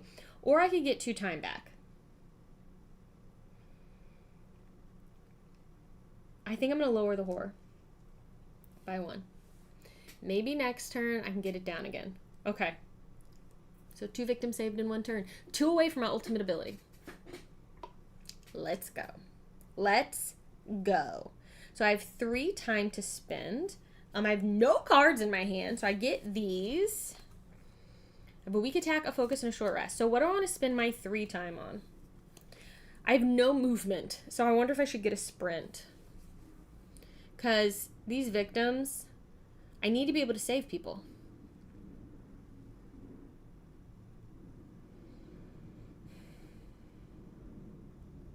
Get a sprint. Get a sprint and a close call. Or a convince. Oh, man.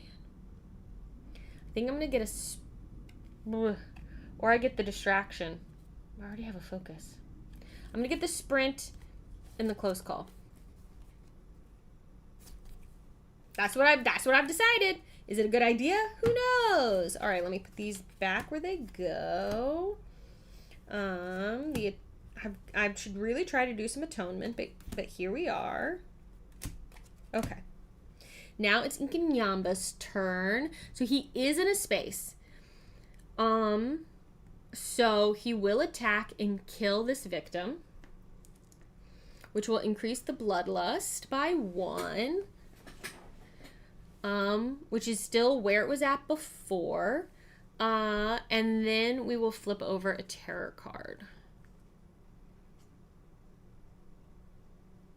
I'm just not sure right now. I didn't get the convince instead of the close call because I don't see myself trying to get inside any of these houses anytime soon.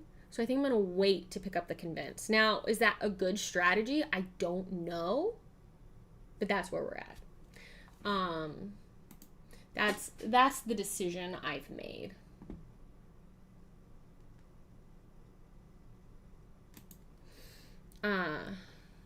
Yeah. Is this what I just flipped over? Oh no. It is. This is a bad card. Wrath of Blood. Unleash the killer wrath. He's at full health, so he won't heal. The horror level goes up by 1, so all that work. Oh yeah, because I have the megaphone, I can get people to come out of their house. He targets, he moves, and he attacks twice. Well, he's in a space with someone, so they will die.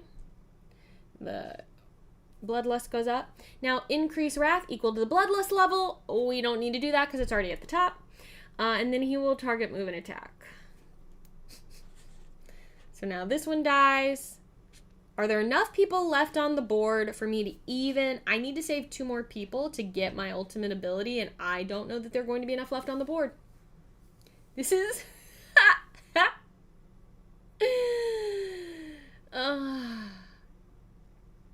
I think this is the new one, actually. I think I flipped it over. Because I don't think we'd had this one yet. We'd had this Wrath of Opportunity and then this one, but I think this one's new.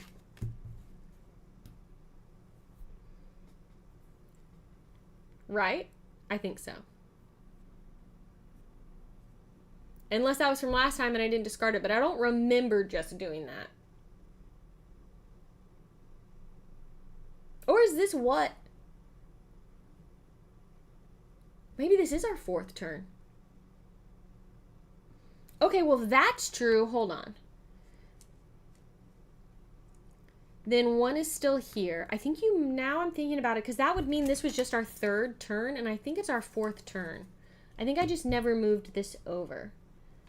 Yes, because we counted equal to the bloodlust level. You're right. We did do this one last time. Okay.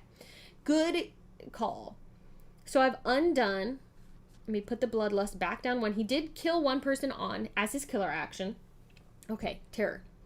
But I've undone the bloodlust and the second killing and the move. Wait, there was a person here. Which means 2, right? Okay, I think that's where we were before, and if I've messed that up, then I apologize. Oh, I need to mark. I searched this house. I can't search it again. Okay.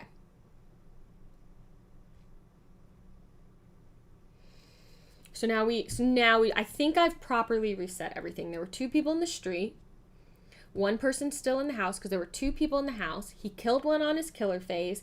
When I did this, he would have killed that one and then moved and killed 1 of those. So I've undone that. So now our actual terror card.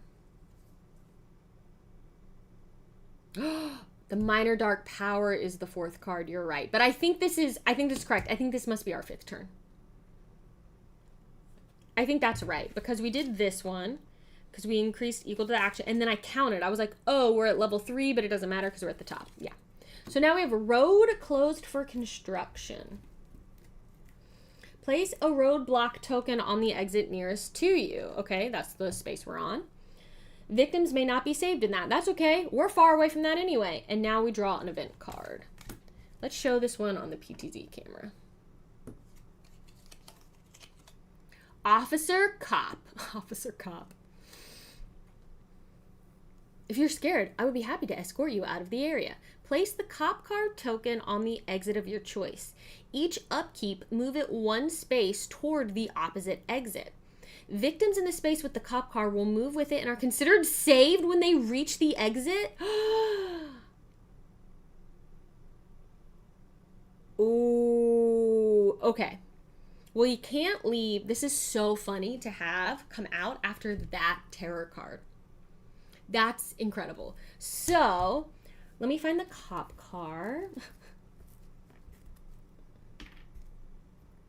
It's not these X's. Let me just... Now I'm forced to somewhat organize.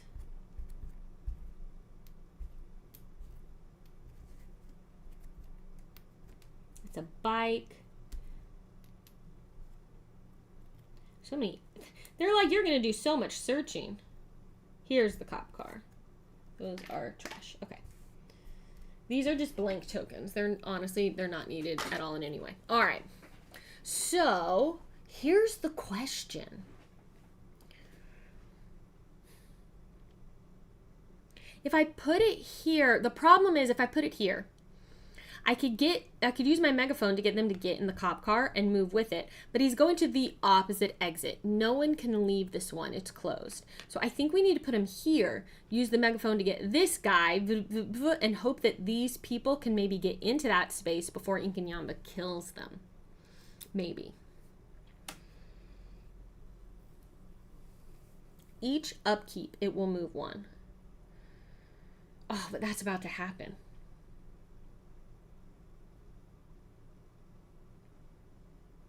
So he may never be able to catch up to it.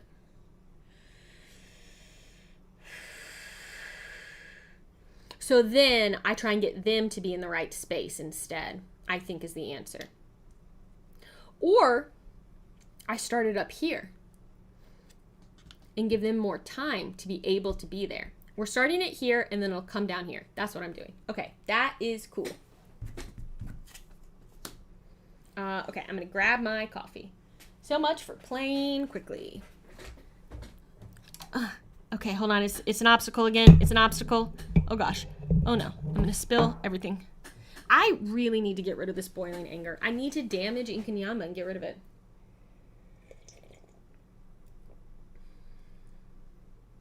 Don't let me forget the rising dread when it triggers as well, y'all. Okay. That's terror. Now we have panic. This victim will panic. So let's see where he goes. That is a 6. So he's continuing to try and hide in the house. Didn't work for your friend. It's not going to work for you, bud. Then we have upkeep. The cop will move 1. And which means if I can get these people here, or at least one of them, the cop will get them. We'll pick them up. Isn't it nice to have a cop who's a good guy? Dichotic, yes. Queen Elizabeth, 100% the best character in Blackadder. Mom Blade says, I get a feeling the next Things Get Dicey schedule will be Paula sacrificing Inkanyamba over a bonfire to cleanse the dice. I like this Critter Nation is saying, you don't need the ultimate ability. The ultimate ability is your true strength, which was inside of you all along.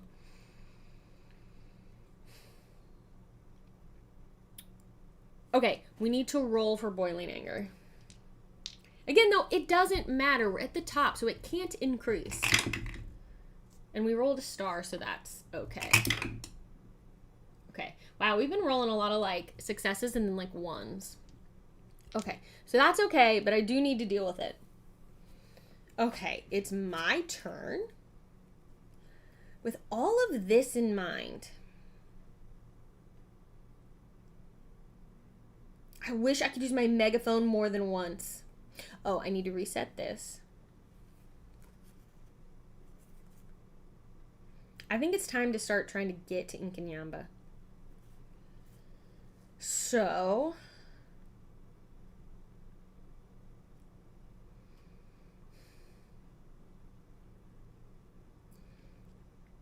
I am going to use my megaphone and I'm going to call this victim to the intersection. Then I am going to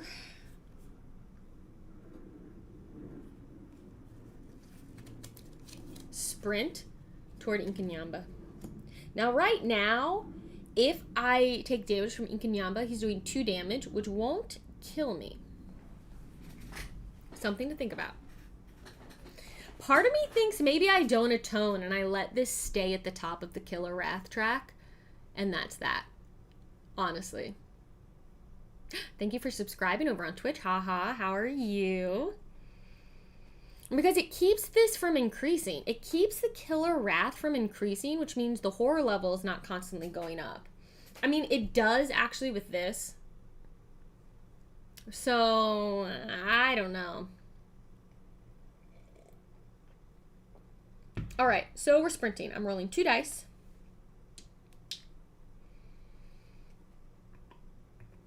He will attack twice when that Killer Wrath is unleashed. That's true. That's very true. The thing is if I can get 3 successes with an atonement card, the Killer Wrath will go all the way down to 1. But I don't have the ability to get 3 successes yet because I don't have 3 dice available to roll. Okay, but first of all, let's see if I can sprint. Ding dang it. Oh, okay. What is happening? What's happening? Why is this my life?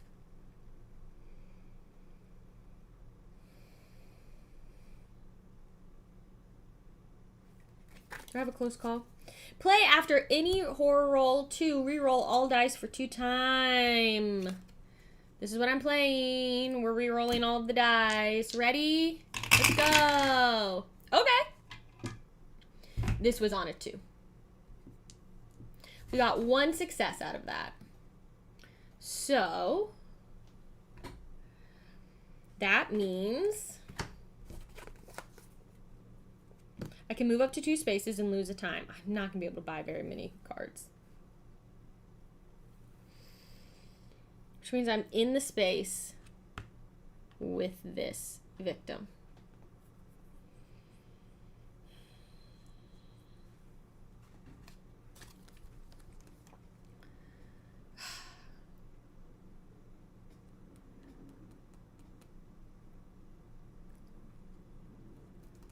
Gosh, I wish I could have gone farther. I wanted to go 3 spaces, but okay. Here's what we're doing. I am going to stop my turn. I'm going to hold on to these 3 cards in the 3 time that I have. I will pick up, focus, walk, and walk. And then I'm going to spend 2 on a guard. And then I have 1 left.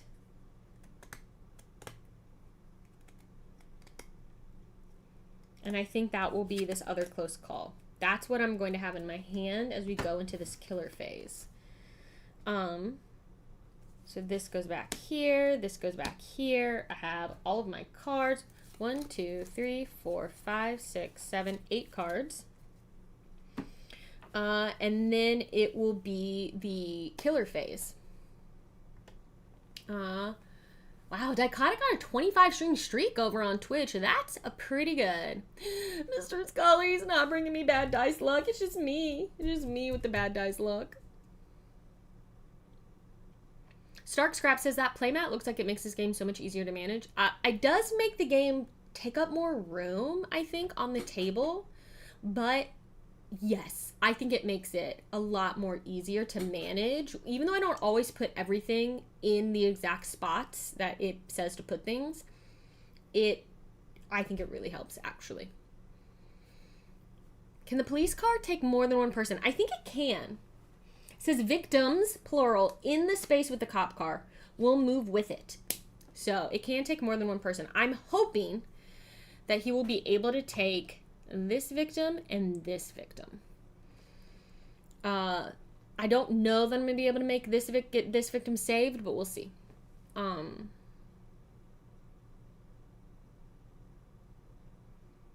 Sean says, I find that the playmat makes the game feel more cohesive on the table and less sprawling. I think that makes a lot of sense. Okay, so killer phase.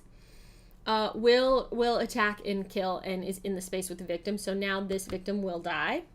Unfortunately, the bloodlust will go up by 1. Still only doing 2 damage. He won't do 3 damage until he gets to the very top of the track. So hopefully that takes a minute. Please don't be a terrible terror card.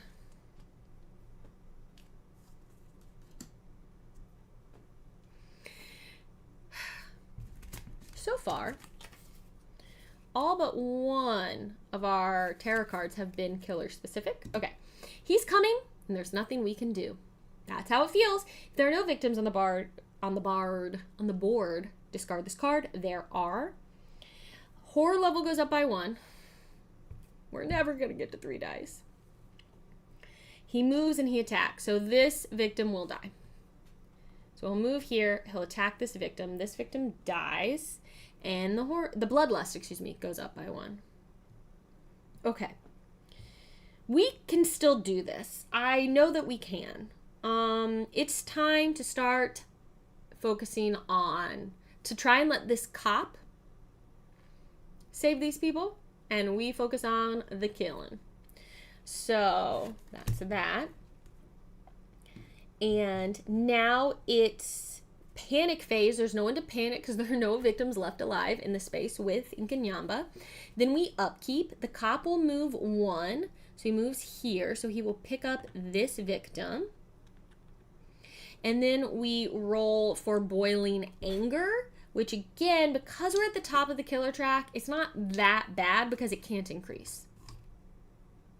I used the megaphone already this turn to get this victim in the intersection to be picked up by the cop car. So I'll be able to do another one next turn, but I can only do it once per action phase, and I already did it this action phase.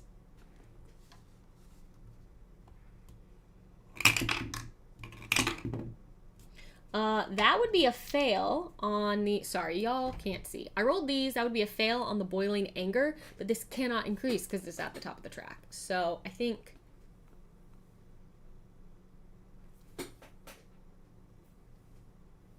it doesn't matter. That's my ruling. Okay. It is back to me, and I will use the megaphone to call this person out of their house. They'll move one space toward me, which means they'll go boop onto this exit space. They just need to stay safe there. Okay. Now, with that in mind, I think it's time to take on, I only have 3 health, take on Inkanyamba a little bit. I have a guard, which would be good. I have a short rest. Maybe I should heal. I love getting down to just 1 health because it gives me an extra die, but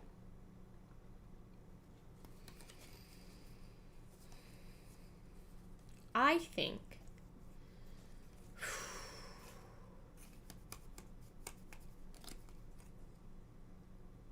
oh, this should be reset to 6. I think I never do this. I think I'm going to play short rest. I think I'm going to try and heal. So let's roll 2 dice and see what happens. I'm going to roll these, and we're going to see. Please, Dana, be nice to me. Why do you hate me? Is anyone keeping track of how many times I've rolled a 1 and a 2 today? Because this has been wild. So with no successes, should I play a close call? I think I'm going to play my close call. So with no successes, let's think for a minute. I can heal 1. The horror goes up by 1, and my turn ends. I think that's a bad idea. I'm gonna lose 2 time from the close call to re-roll both dice and hope that I get something better. There is no Dana, only Zool. Incredible joke, Dichotic. Yes, I think you're right. I think you're right. Okay, we're re-rolling these.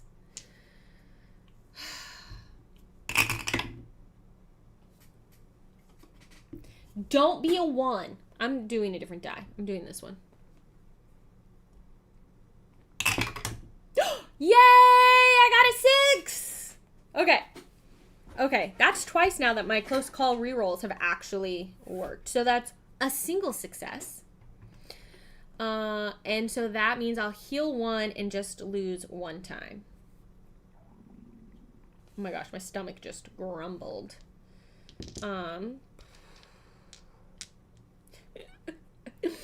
Don't let this today, if you're new here, don't let this be an indictment of our lovely Dice Tower friend. Look how good it looks in this lighting. This will not affect your dice luck. That's just me. I'm just cursed. Cool as I'd have busted out the tier dice by now and the real tiers. I was talking earlier, like I was like, oh, we're playing season 1. I won't need the tier dice. It's not so hard. I've had the worst rolls today, but I'm using my box of props that is currently holding my tier dice as a tripod for one of my cameras, and I didn't want to mess everything up, so I'm not using them, but now I wish that I had. I wish that I was using them. Yeah, Cammy says tier dice are needed with Inky. Well, there's a reason I'm not playing Inkanyamba in the Sacred Groves, that's for sure.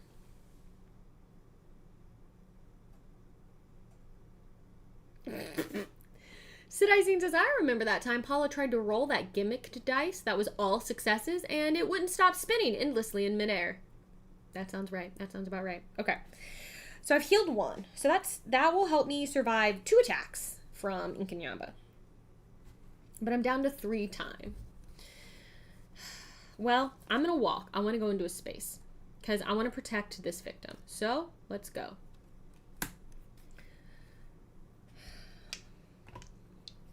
Two dice. A success and a one I could turn into a second success, but I don't need to. I only need one success because I only need to go one space. So I will move that one space into here with Inkanyamba, and then I do have to lose a time. Now I am going to weak attack, and I'm going to use my spiked dice, which will give me a bonus. So I could do 2 damage to him, and if I do, that will get rid of the boiling anger. And then that will probably be how I end my turn. Okay. Please, please. 2 successes would be great. Ah! Why? The 1 and the 2! I don't understand! I do no damage to him. I fail it completely. I take a damage and my turn ends. Why is this happening to me? Why do dice hate me? This is right. People all the time are like, hold on. People all the time are like, Paula, there's no such thing as a curse. Every time you roll a die, the statistics are the same, which is true. Each time I roll a d6, I have a 1 in 6 chance of rolling any of the faces, right? Every time I roll this, I have a 1/3 chance, whatever that, 33% chance of getting a success, of getting a star. And yet, you see the way I roll. It's a curse. I'm sorry. It's a curse. There is no other explanation. Science cannot explain what happens to me with dice.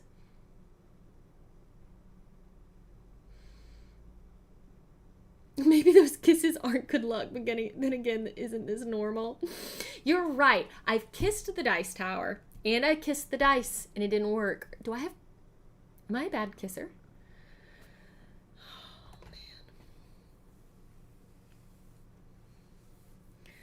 man. Okay.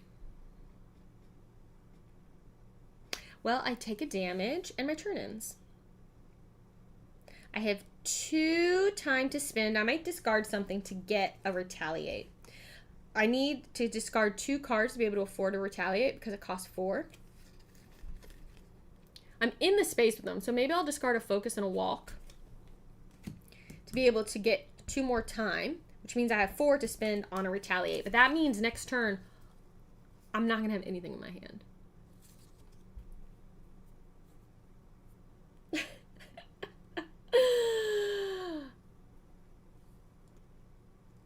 I might lose now. This actually might have been, the kiss of death. This might have been a bad strategy, but here we are, and that's okay. Yeah, next time I'm just going to start being mean to the dice in the dice tower, because that seems to be, being kind isn't doing it. I actually might have messed up, because I don't really have enough for next turn to do anything. Okay, we're going to have to be strategic here. All right. So, it's the killer action. And that means, oh my gosh, y'all, I just knocked something. I almost just spilled a bunch of stuff onto this board and it would have messed everything up. I just had the biggest rush of adrenaline course through my body. Okay. Oh, thank you. Yes, reset time. Thank you, thank you.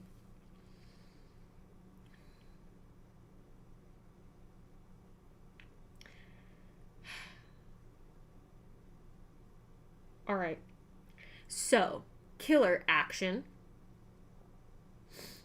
The killer Inkanyamba will attack me, doing 2 damage, and I am going to use my retaliate against this to hopefully ignore the damage and deal my own damage. So, let's see what happens. I'm rolling 2 dice. I don't know which dice to pick. I'm terrified.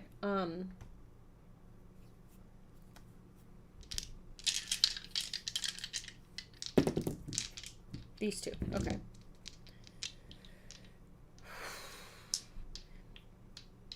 Give me 2 stars. I know it's not likely, but maybe. Hey, oh yeah, I said I was gonna be mean. Hey, you jerks.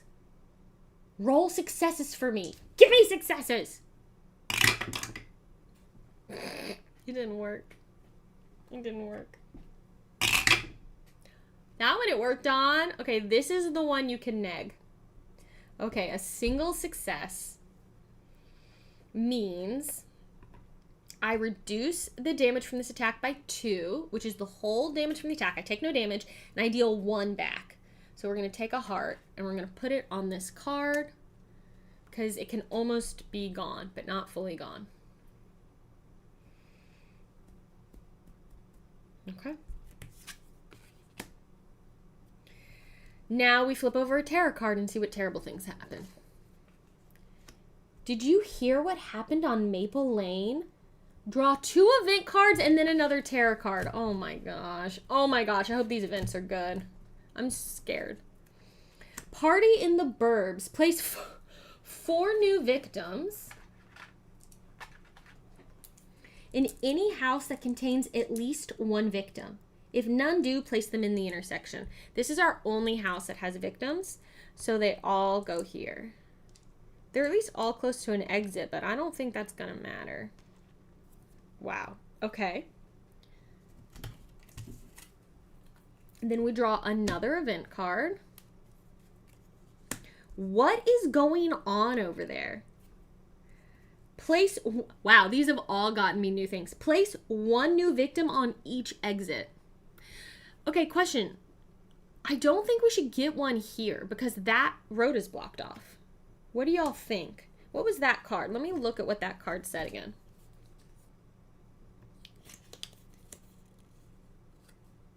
Oh, it was a terror card. Hold on. Roadblock. Place a roadblock token on the exit closest to you. Victims may not be saved at that exit, but it doesn't say you can't move through it. So I wonder maybe they probably can come in that way. Okay. So one new, wow, we have so many new people on the board now. This is very funny to me.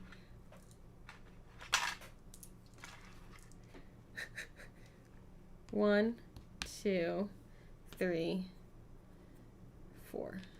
Okay. Oh! Grindel's arm, yes, thank you. I am using this, I have the spiky dice equipped, so I do get to do 1 extra damage for that retaliate. I wasn't thinking about it because I wasn't doing an attack myself, but yes, exactly. So I do both damage to the Boiling Anger card, so this Minor Dark Power finally goes away. Oh, thank you for reminding me of that. This is why I need to play things only live on stream. John Pope says, remember the Dice Man cometh. Another Things Get Dicey sketch we've made. Go to YouTube channel if you're not already there. Check them out. Check it out. I have a new Halloween sketch coming out for you that I need to do a lot of editing on. Okay. What time is it? We're going to be fine. This is going to be over soon. Okay.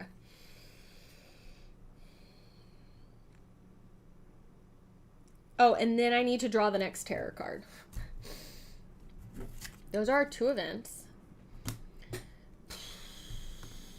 I'm legitimately scared. I said don't look back. If there are no exits that have at least 1 victim, discard and draw another card.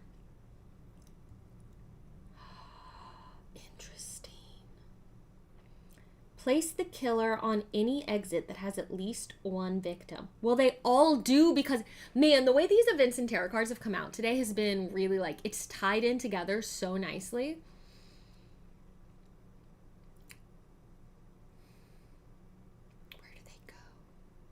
So here's the question. We could adjudicate this in a couple different ways. Place the killer on any exit that has at least 1 victim. I get to just choose. If he goes here, he stays close to me, which means it's more dangerous for me because he has an easy way to get to me. But it's also easier for me to get to him. If he goes here, that's bad because there's 2 victims there for him to kill, and this cop car is coming there. Now I know it's normally like if there's a tie, decide. I like to think about like what's thematic. I usually like to go. So they say if there's a tie for how to figure something out, and this is up to me. This just says in anyone that has at least 1 victim, I get to just choose, and then he will attack and kill them. But they say choose whatever's funniest, choose whatever is worse for you, or choose whatever feels the most thematically appropriate. And as long as you use that same decision marker, that same way of making the decision every time, you're good.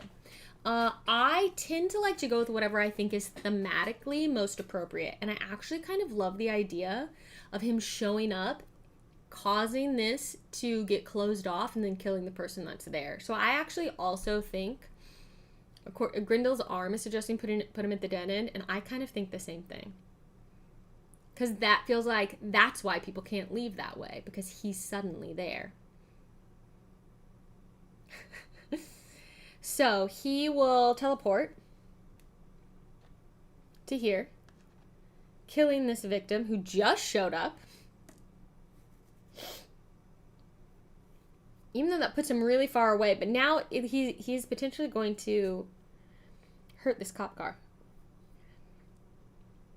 It's tricky. It's very tricky. The bloodlust will go up 1.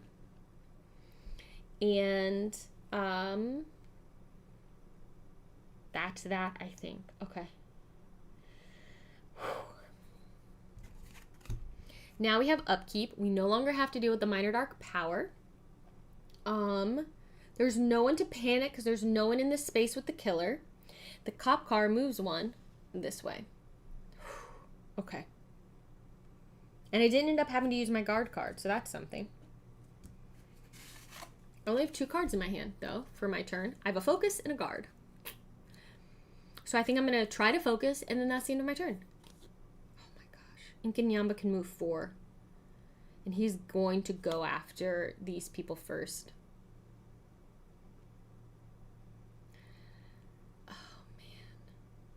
Well, they might just die. It's the action phase. I'm going to use my power to pull a person out of this house with the megaphone to this exit. Because if I can go over here, I can save them. So either way, maybe I can save multiple people. I don't know.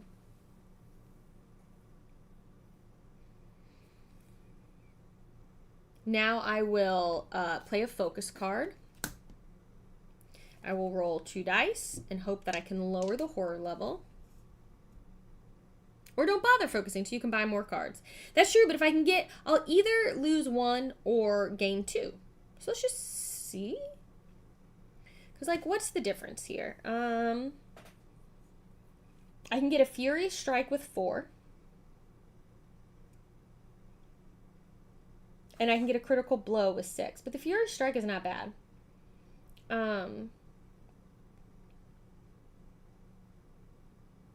Like, I can get a Furious Strike and another guard with 6. I can get a Furious Strike and a Close Call with 5. Let's just see what happens. Okay, that is, sorry, I didn't show you with the right camera, but that is a single success. I will go down to 5, but I will lower the horror by 1. Oh, sorry, I went down to 5 times. I lowered the horror by 1. And then I am going to stop my turn there, which means I have 5 to spend here. And I'm going to do it on 4 on this Furious Strike. I have a guard and then 1 on a Close Call. I will now also pick up all these free cost cards. So I've got a few things I can do, and then these cards will go back. So my focus, the retaliate, which now I can access the retaliate next turn. Unfortunately, I won't be able to this time.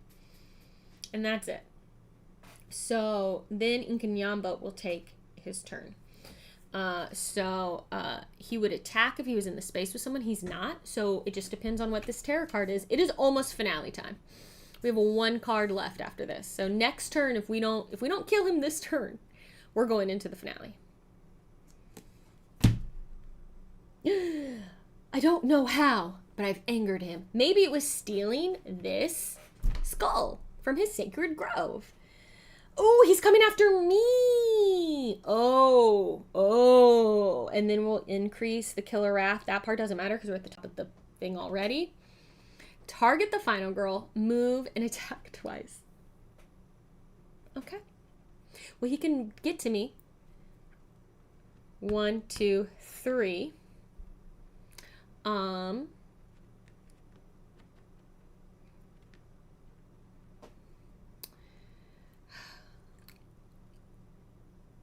You know what I want to do? Hold on. Where's my thing?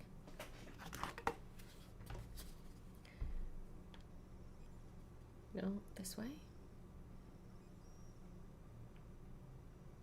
Oh, it's down. I can't. Oh, I wanted to show you the thing, but I can't get it on the right level. I wanted to show you what it looked like from the side. Oh, well. We'll stay there. Okay. Oh, he attacks. Okay, so I need to guard. So I'll play a guard card and try to avoid taking damage here.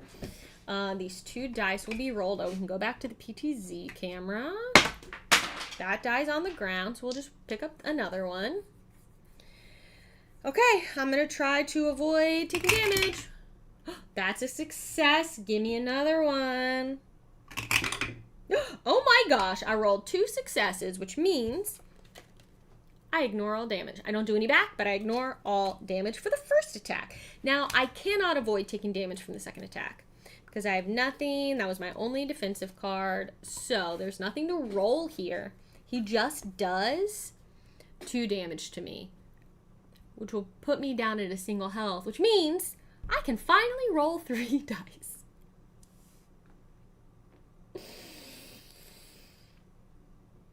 Okay, the killer wrath doesn't increase because again, we're at the top of the track here. Okay.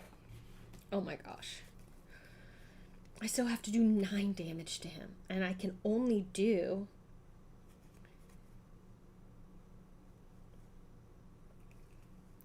3, 4, 5 at most. So I will need to get a retaliate and a guard if I can. Oh, this should go back up to 6. Okay. Whew. All right, I gotta get a move on. All right, let's go, y'all. Okay. Upkeep phase. Upkeep. Woo. No one panics, but the cop car will move. All these people are now in the cop car. They're so close to being saved. Well, should I save these guys? If I do, I get 2 time. And I unlock my ultimate ability, which won't really help me at this point because that lets you roll more than 1 die if you can only roll 1. But I'm at 2, and now I'm actually at 3. So I actually wonder if having the extra time would be good, but I don't think that's gonna matter. We don't spend time to Furious Strike, though. All right, we're gonna Furious Strike, and then potentially Weak Attack. These won't spend time. So if I do this, I still have 6 to spend on a retaliate and a guard, which could be really good. Or just a retaliate and something else. Or just the critical blow. But I'm going to need the retaliate, I think, to survive the next round. Okay, Furious Strike. I'm rolling 3 dice. These definitely need to go 1 at a time. I'll do an extra damage. And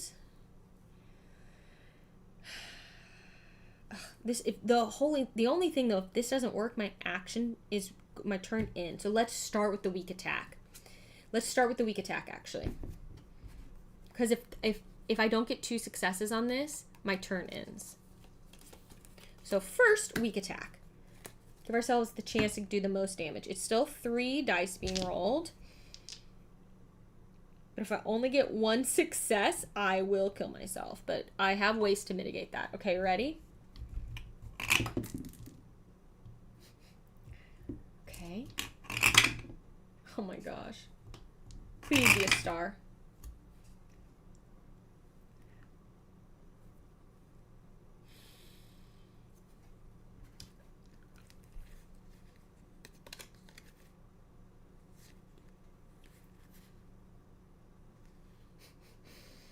Okay. Oh, it hurts so bad to have to do this.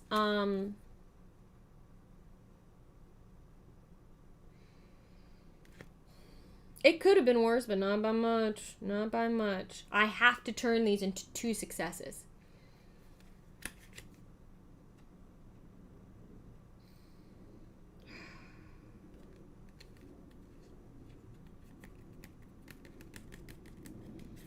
I'm gonna discard 4 cards. This doesn't feel good. And I'm gonna turn these into 2 successes so that I can do 2 damage. So basically, because otherwise, if I only have 1 success, I take a damage. I only have 1 health left. So that means I have nothing left in my hand, basically. Ugh. I will do 2 damage, though, because I have the extra for my spiked dice.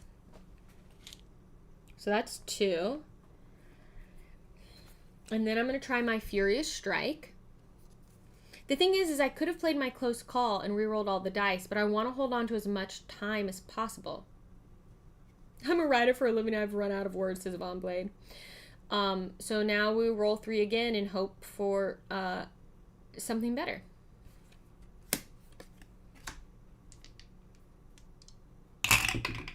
Okay. All right. That's 1. Give me another. Yes. Yes, that's what I'm talking about. 3rd one for fun. Okay, that's a 1. That's balance. That's the universe coming back into balance. A 5 and a 6. 2 successes, which means I'm going to do 2 damage plus 1 for my spiked dice. So that's 3 damage. Plus I get to lower the horror by 1. So that one worked. Okay, so 3 damage. He now only has 4 health left. I just have to live somehow.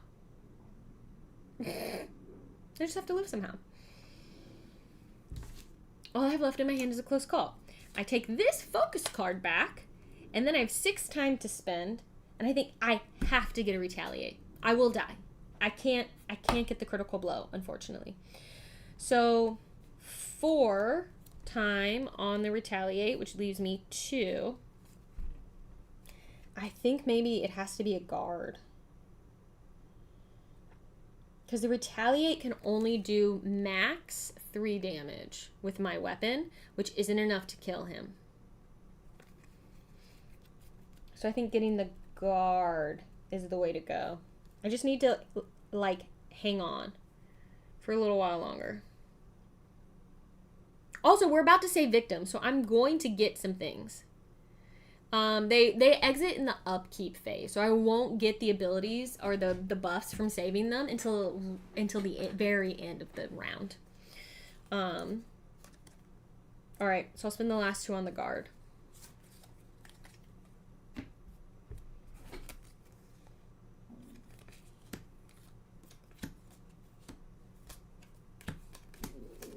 Man, I love this game. Even when I run so late on stream like this playing, I have such a good time with it. Okay. So that's my turn. Now Inkinyamba goes, and for his killer, he will attack me, which would do 2 damage, which would kill me, but I will play my Retaliate.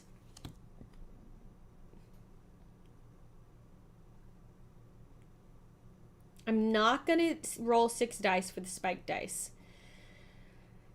I think that has to happen on an active, like, attack as well, not just on your defense, because it says it ends your turn when you use it. I'm going to hold on to that maybe for next round. So, bye, Dichotic. Get some rest. Why didn't they exit on the upkeep phase when the car moved into the space? Because it's not the upkeep phase yet. The upkeep phase doesn't happen until the end of the turn. Oh, when the car moved into the space. Let me see. Maybe I was thinking it needed to literally move off the board, but you might be right, Grindel's Arm. Let me look at this. Hold on. Victims in the space with the cop car will move with it and are considered saved when they reach the exit. Oh, yes. In my head, they needed to physically move off the board, but they don't. They just needed to be in the cop car on the space. So actually, these should have all been saved. So it's kind of a big retcon. Let me just think for a minute. If I do that now, I would have 2 extra. I've already done all this stuff. I'm not gonna, I should have done that differently, but that would have made, like, I actually feel like maybe I moved that a little early. We'll handle it during this upkeep phase. It's a little too much to go back and retcon, but so you know, for when you play, they should have all been saved as soon as the cop car got into that space. So probably last round or whenever I did that. But this should only happen on the upkeep phase. Maybe I moved him early. I feel like I might have moved the cop car early. Either way, we'll deal with it on this upkeep phase, assuming I'm not dead. Just know that I've made a little error there. Thank you for pointing that out, Grindel's arm. Okay. Oh, he's attacking me for 2, and I'm playing my retaliate. That's what's happening.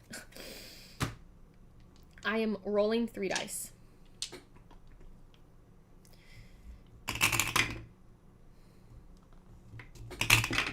Okay.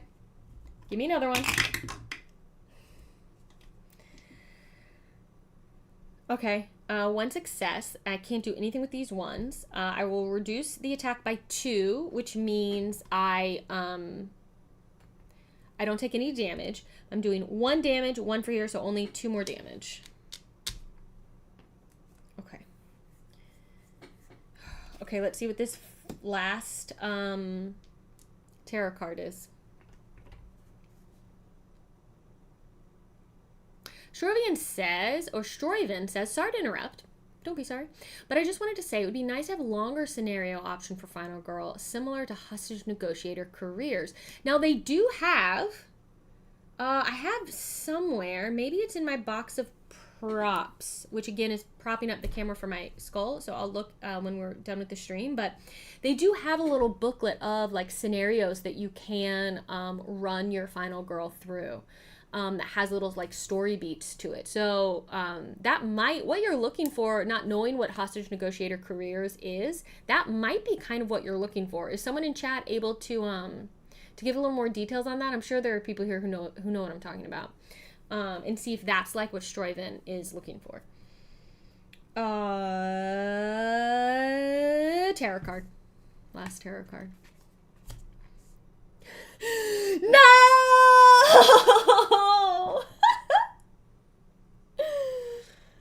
I was hoping to not have another Unleash the Killer Wrath. I'm so close, y'all. I'm so close. Unleash the Killer Wrath. This is it. I can't survive it. Because okay.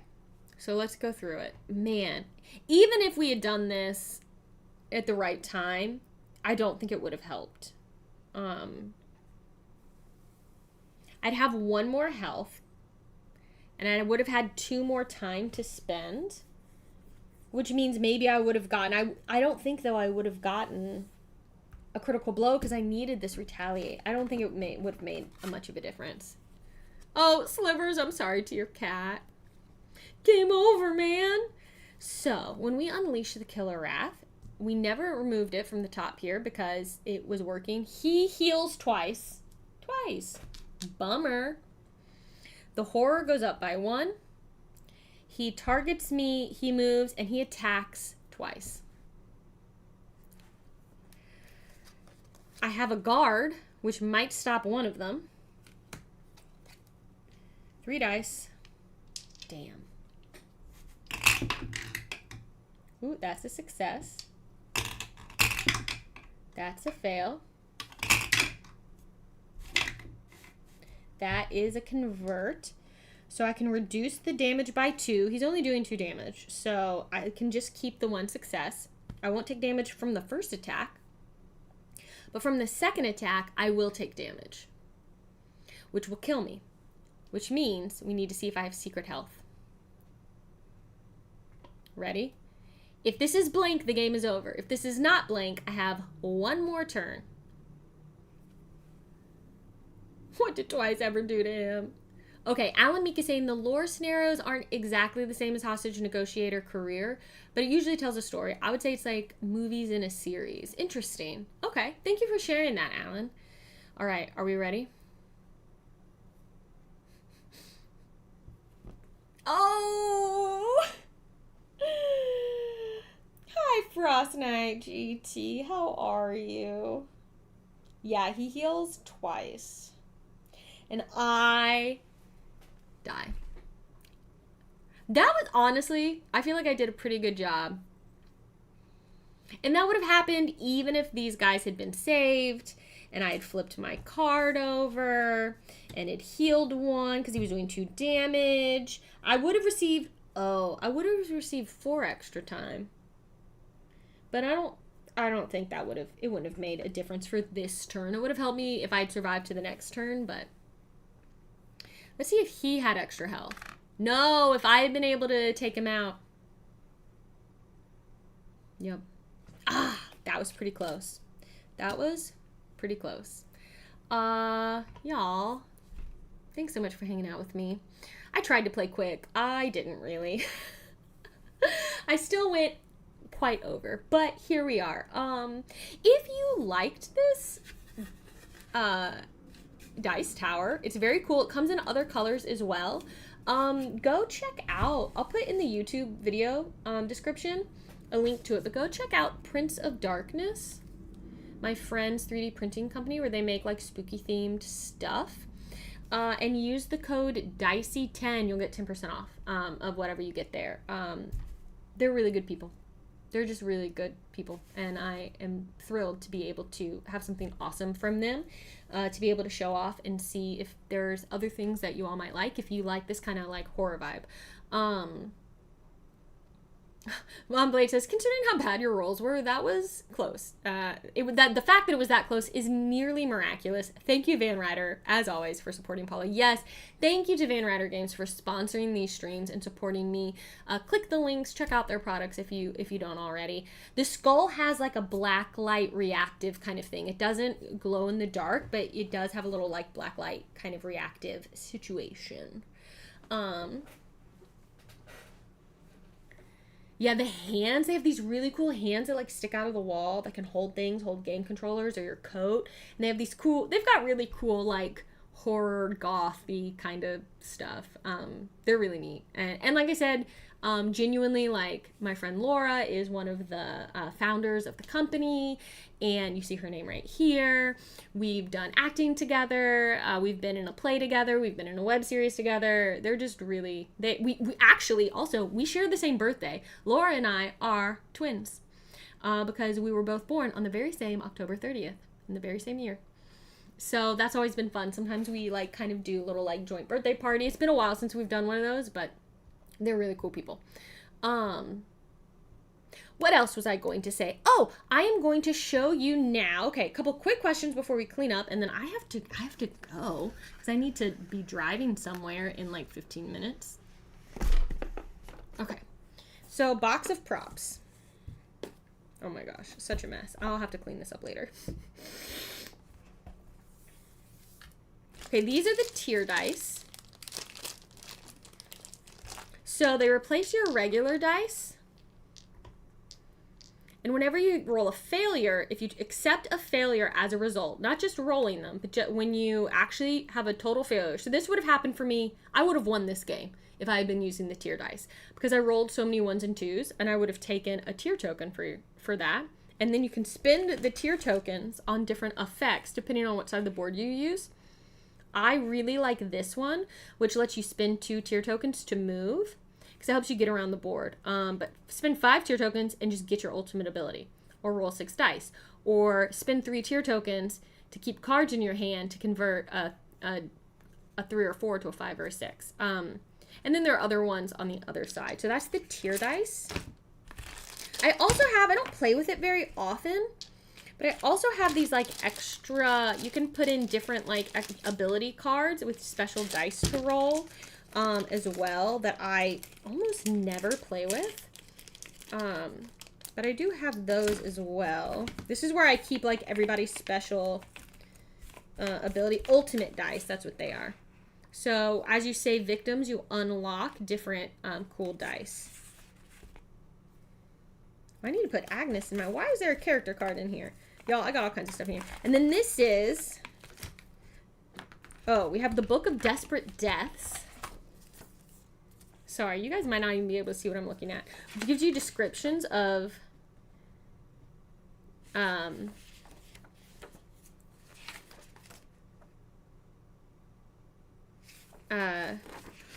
of things. That's rulebook, lore, and scenario. So, this is what has, I think this is only, I only have the one that features for season 1. I don't know if they have more for the other seasons, but I only have this one. So you basically play scenarios that take you on arcs for the different killers. So it gives you lore, and then so like Inkanyamba scenarios, 23. So we have this one, which tells you what final girl to use,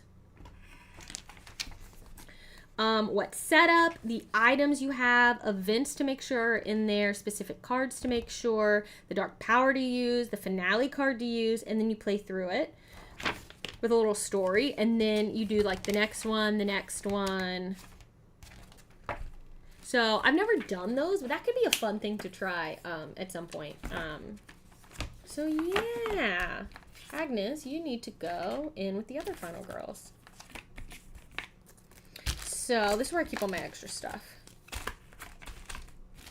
Yeah, so that's that. Thank you so much. This was fun. I don't normally, because so often I'm like, here's the new set. I need to stream all the ones in the new set.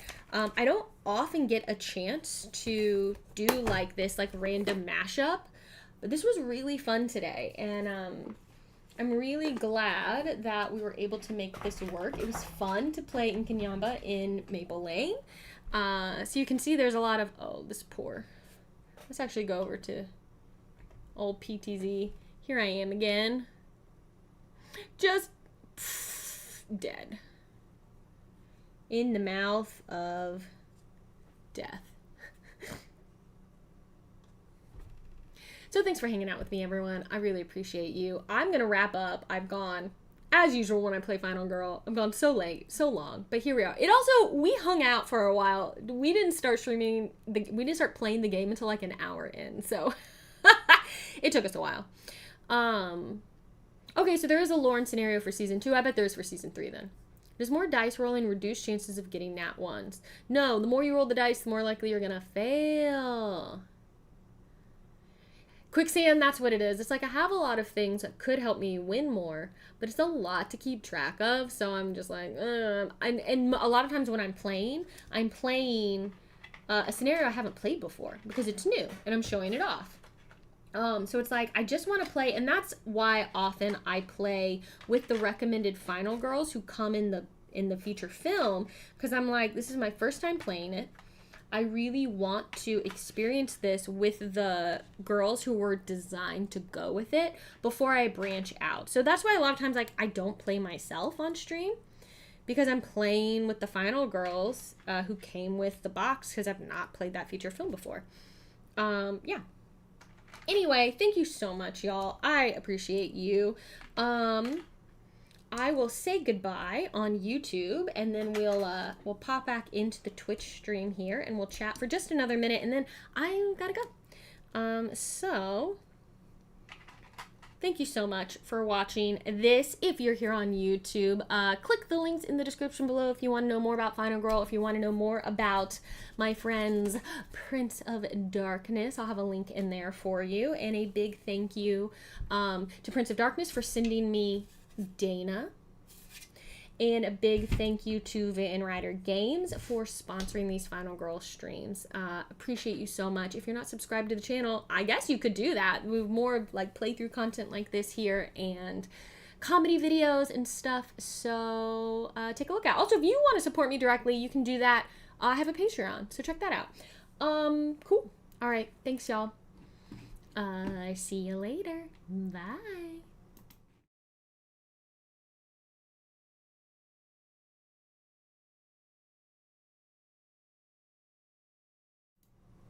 Sup, Twitch. Dana is the greenest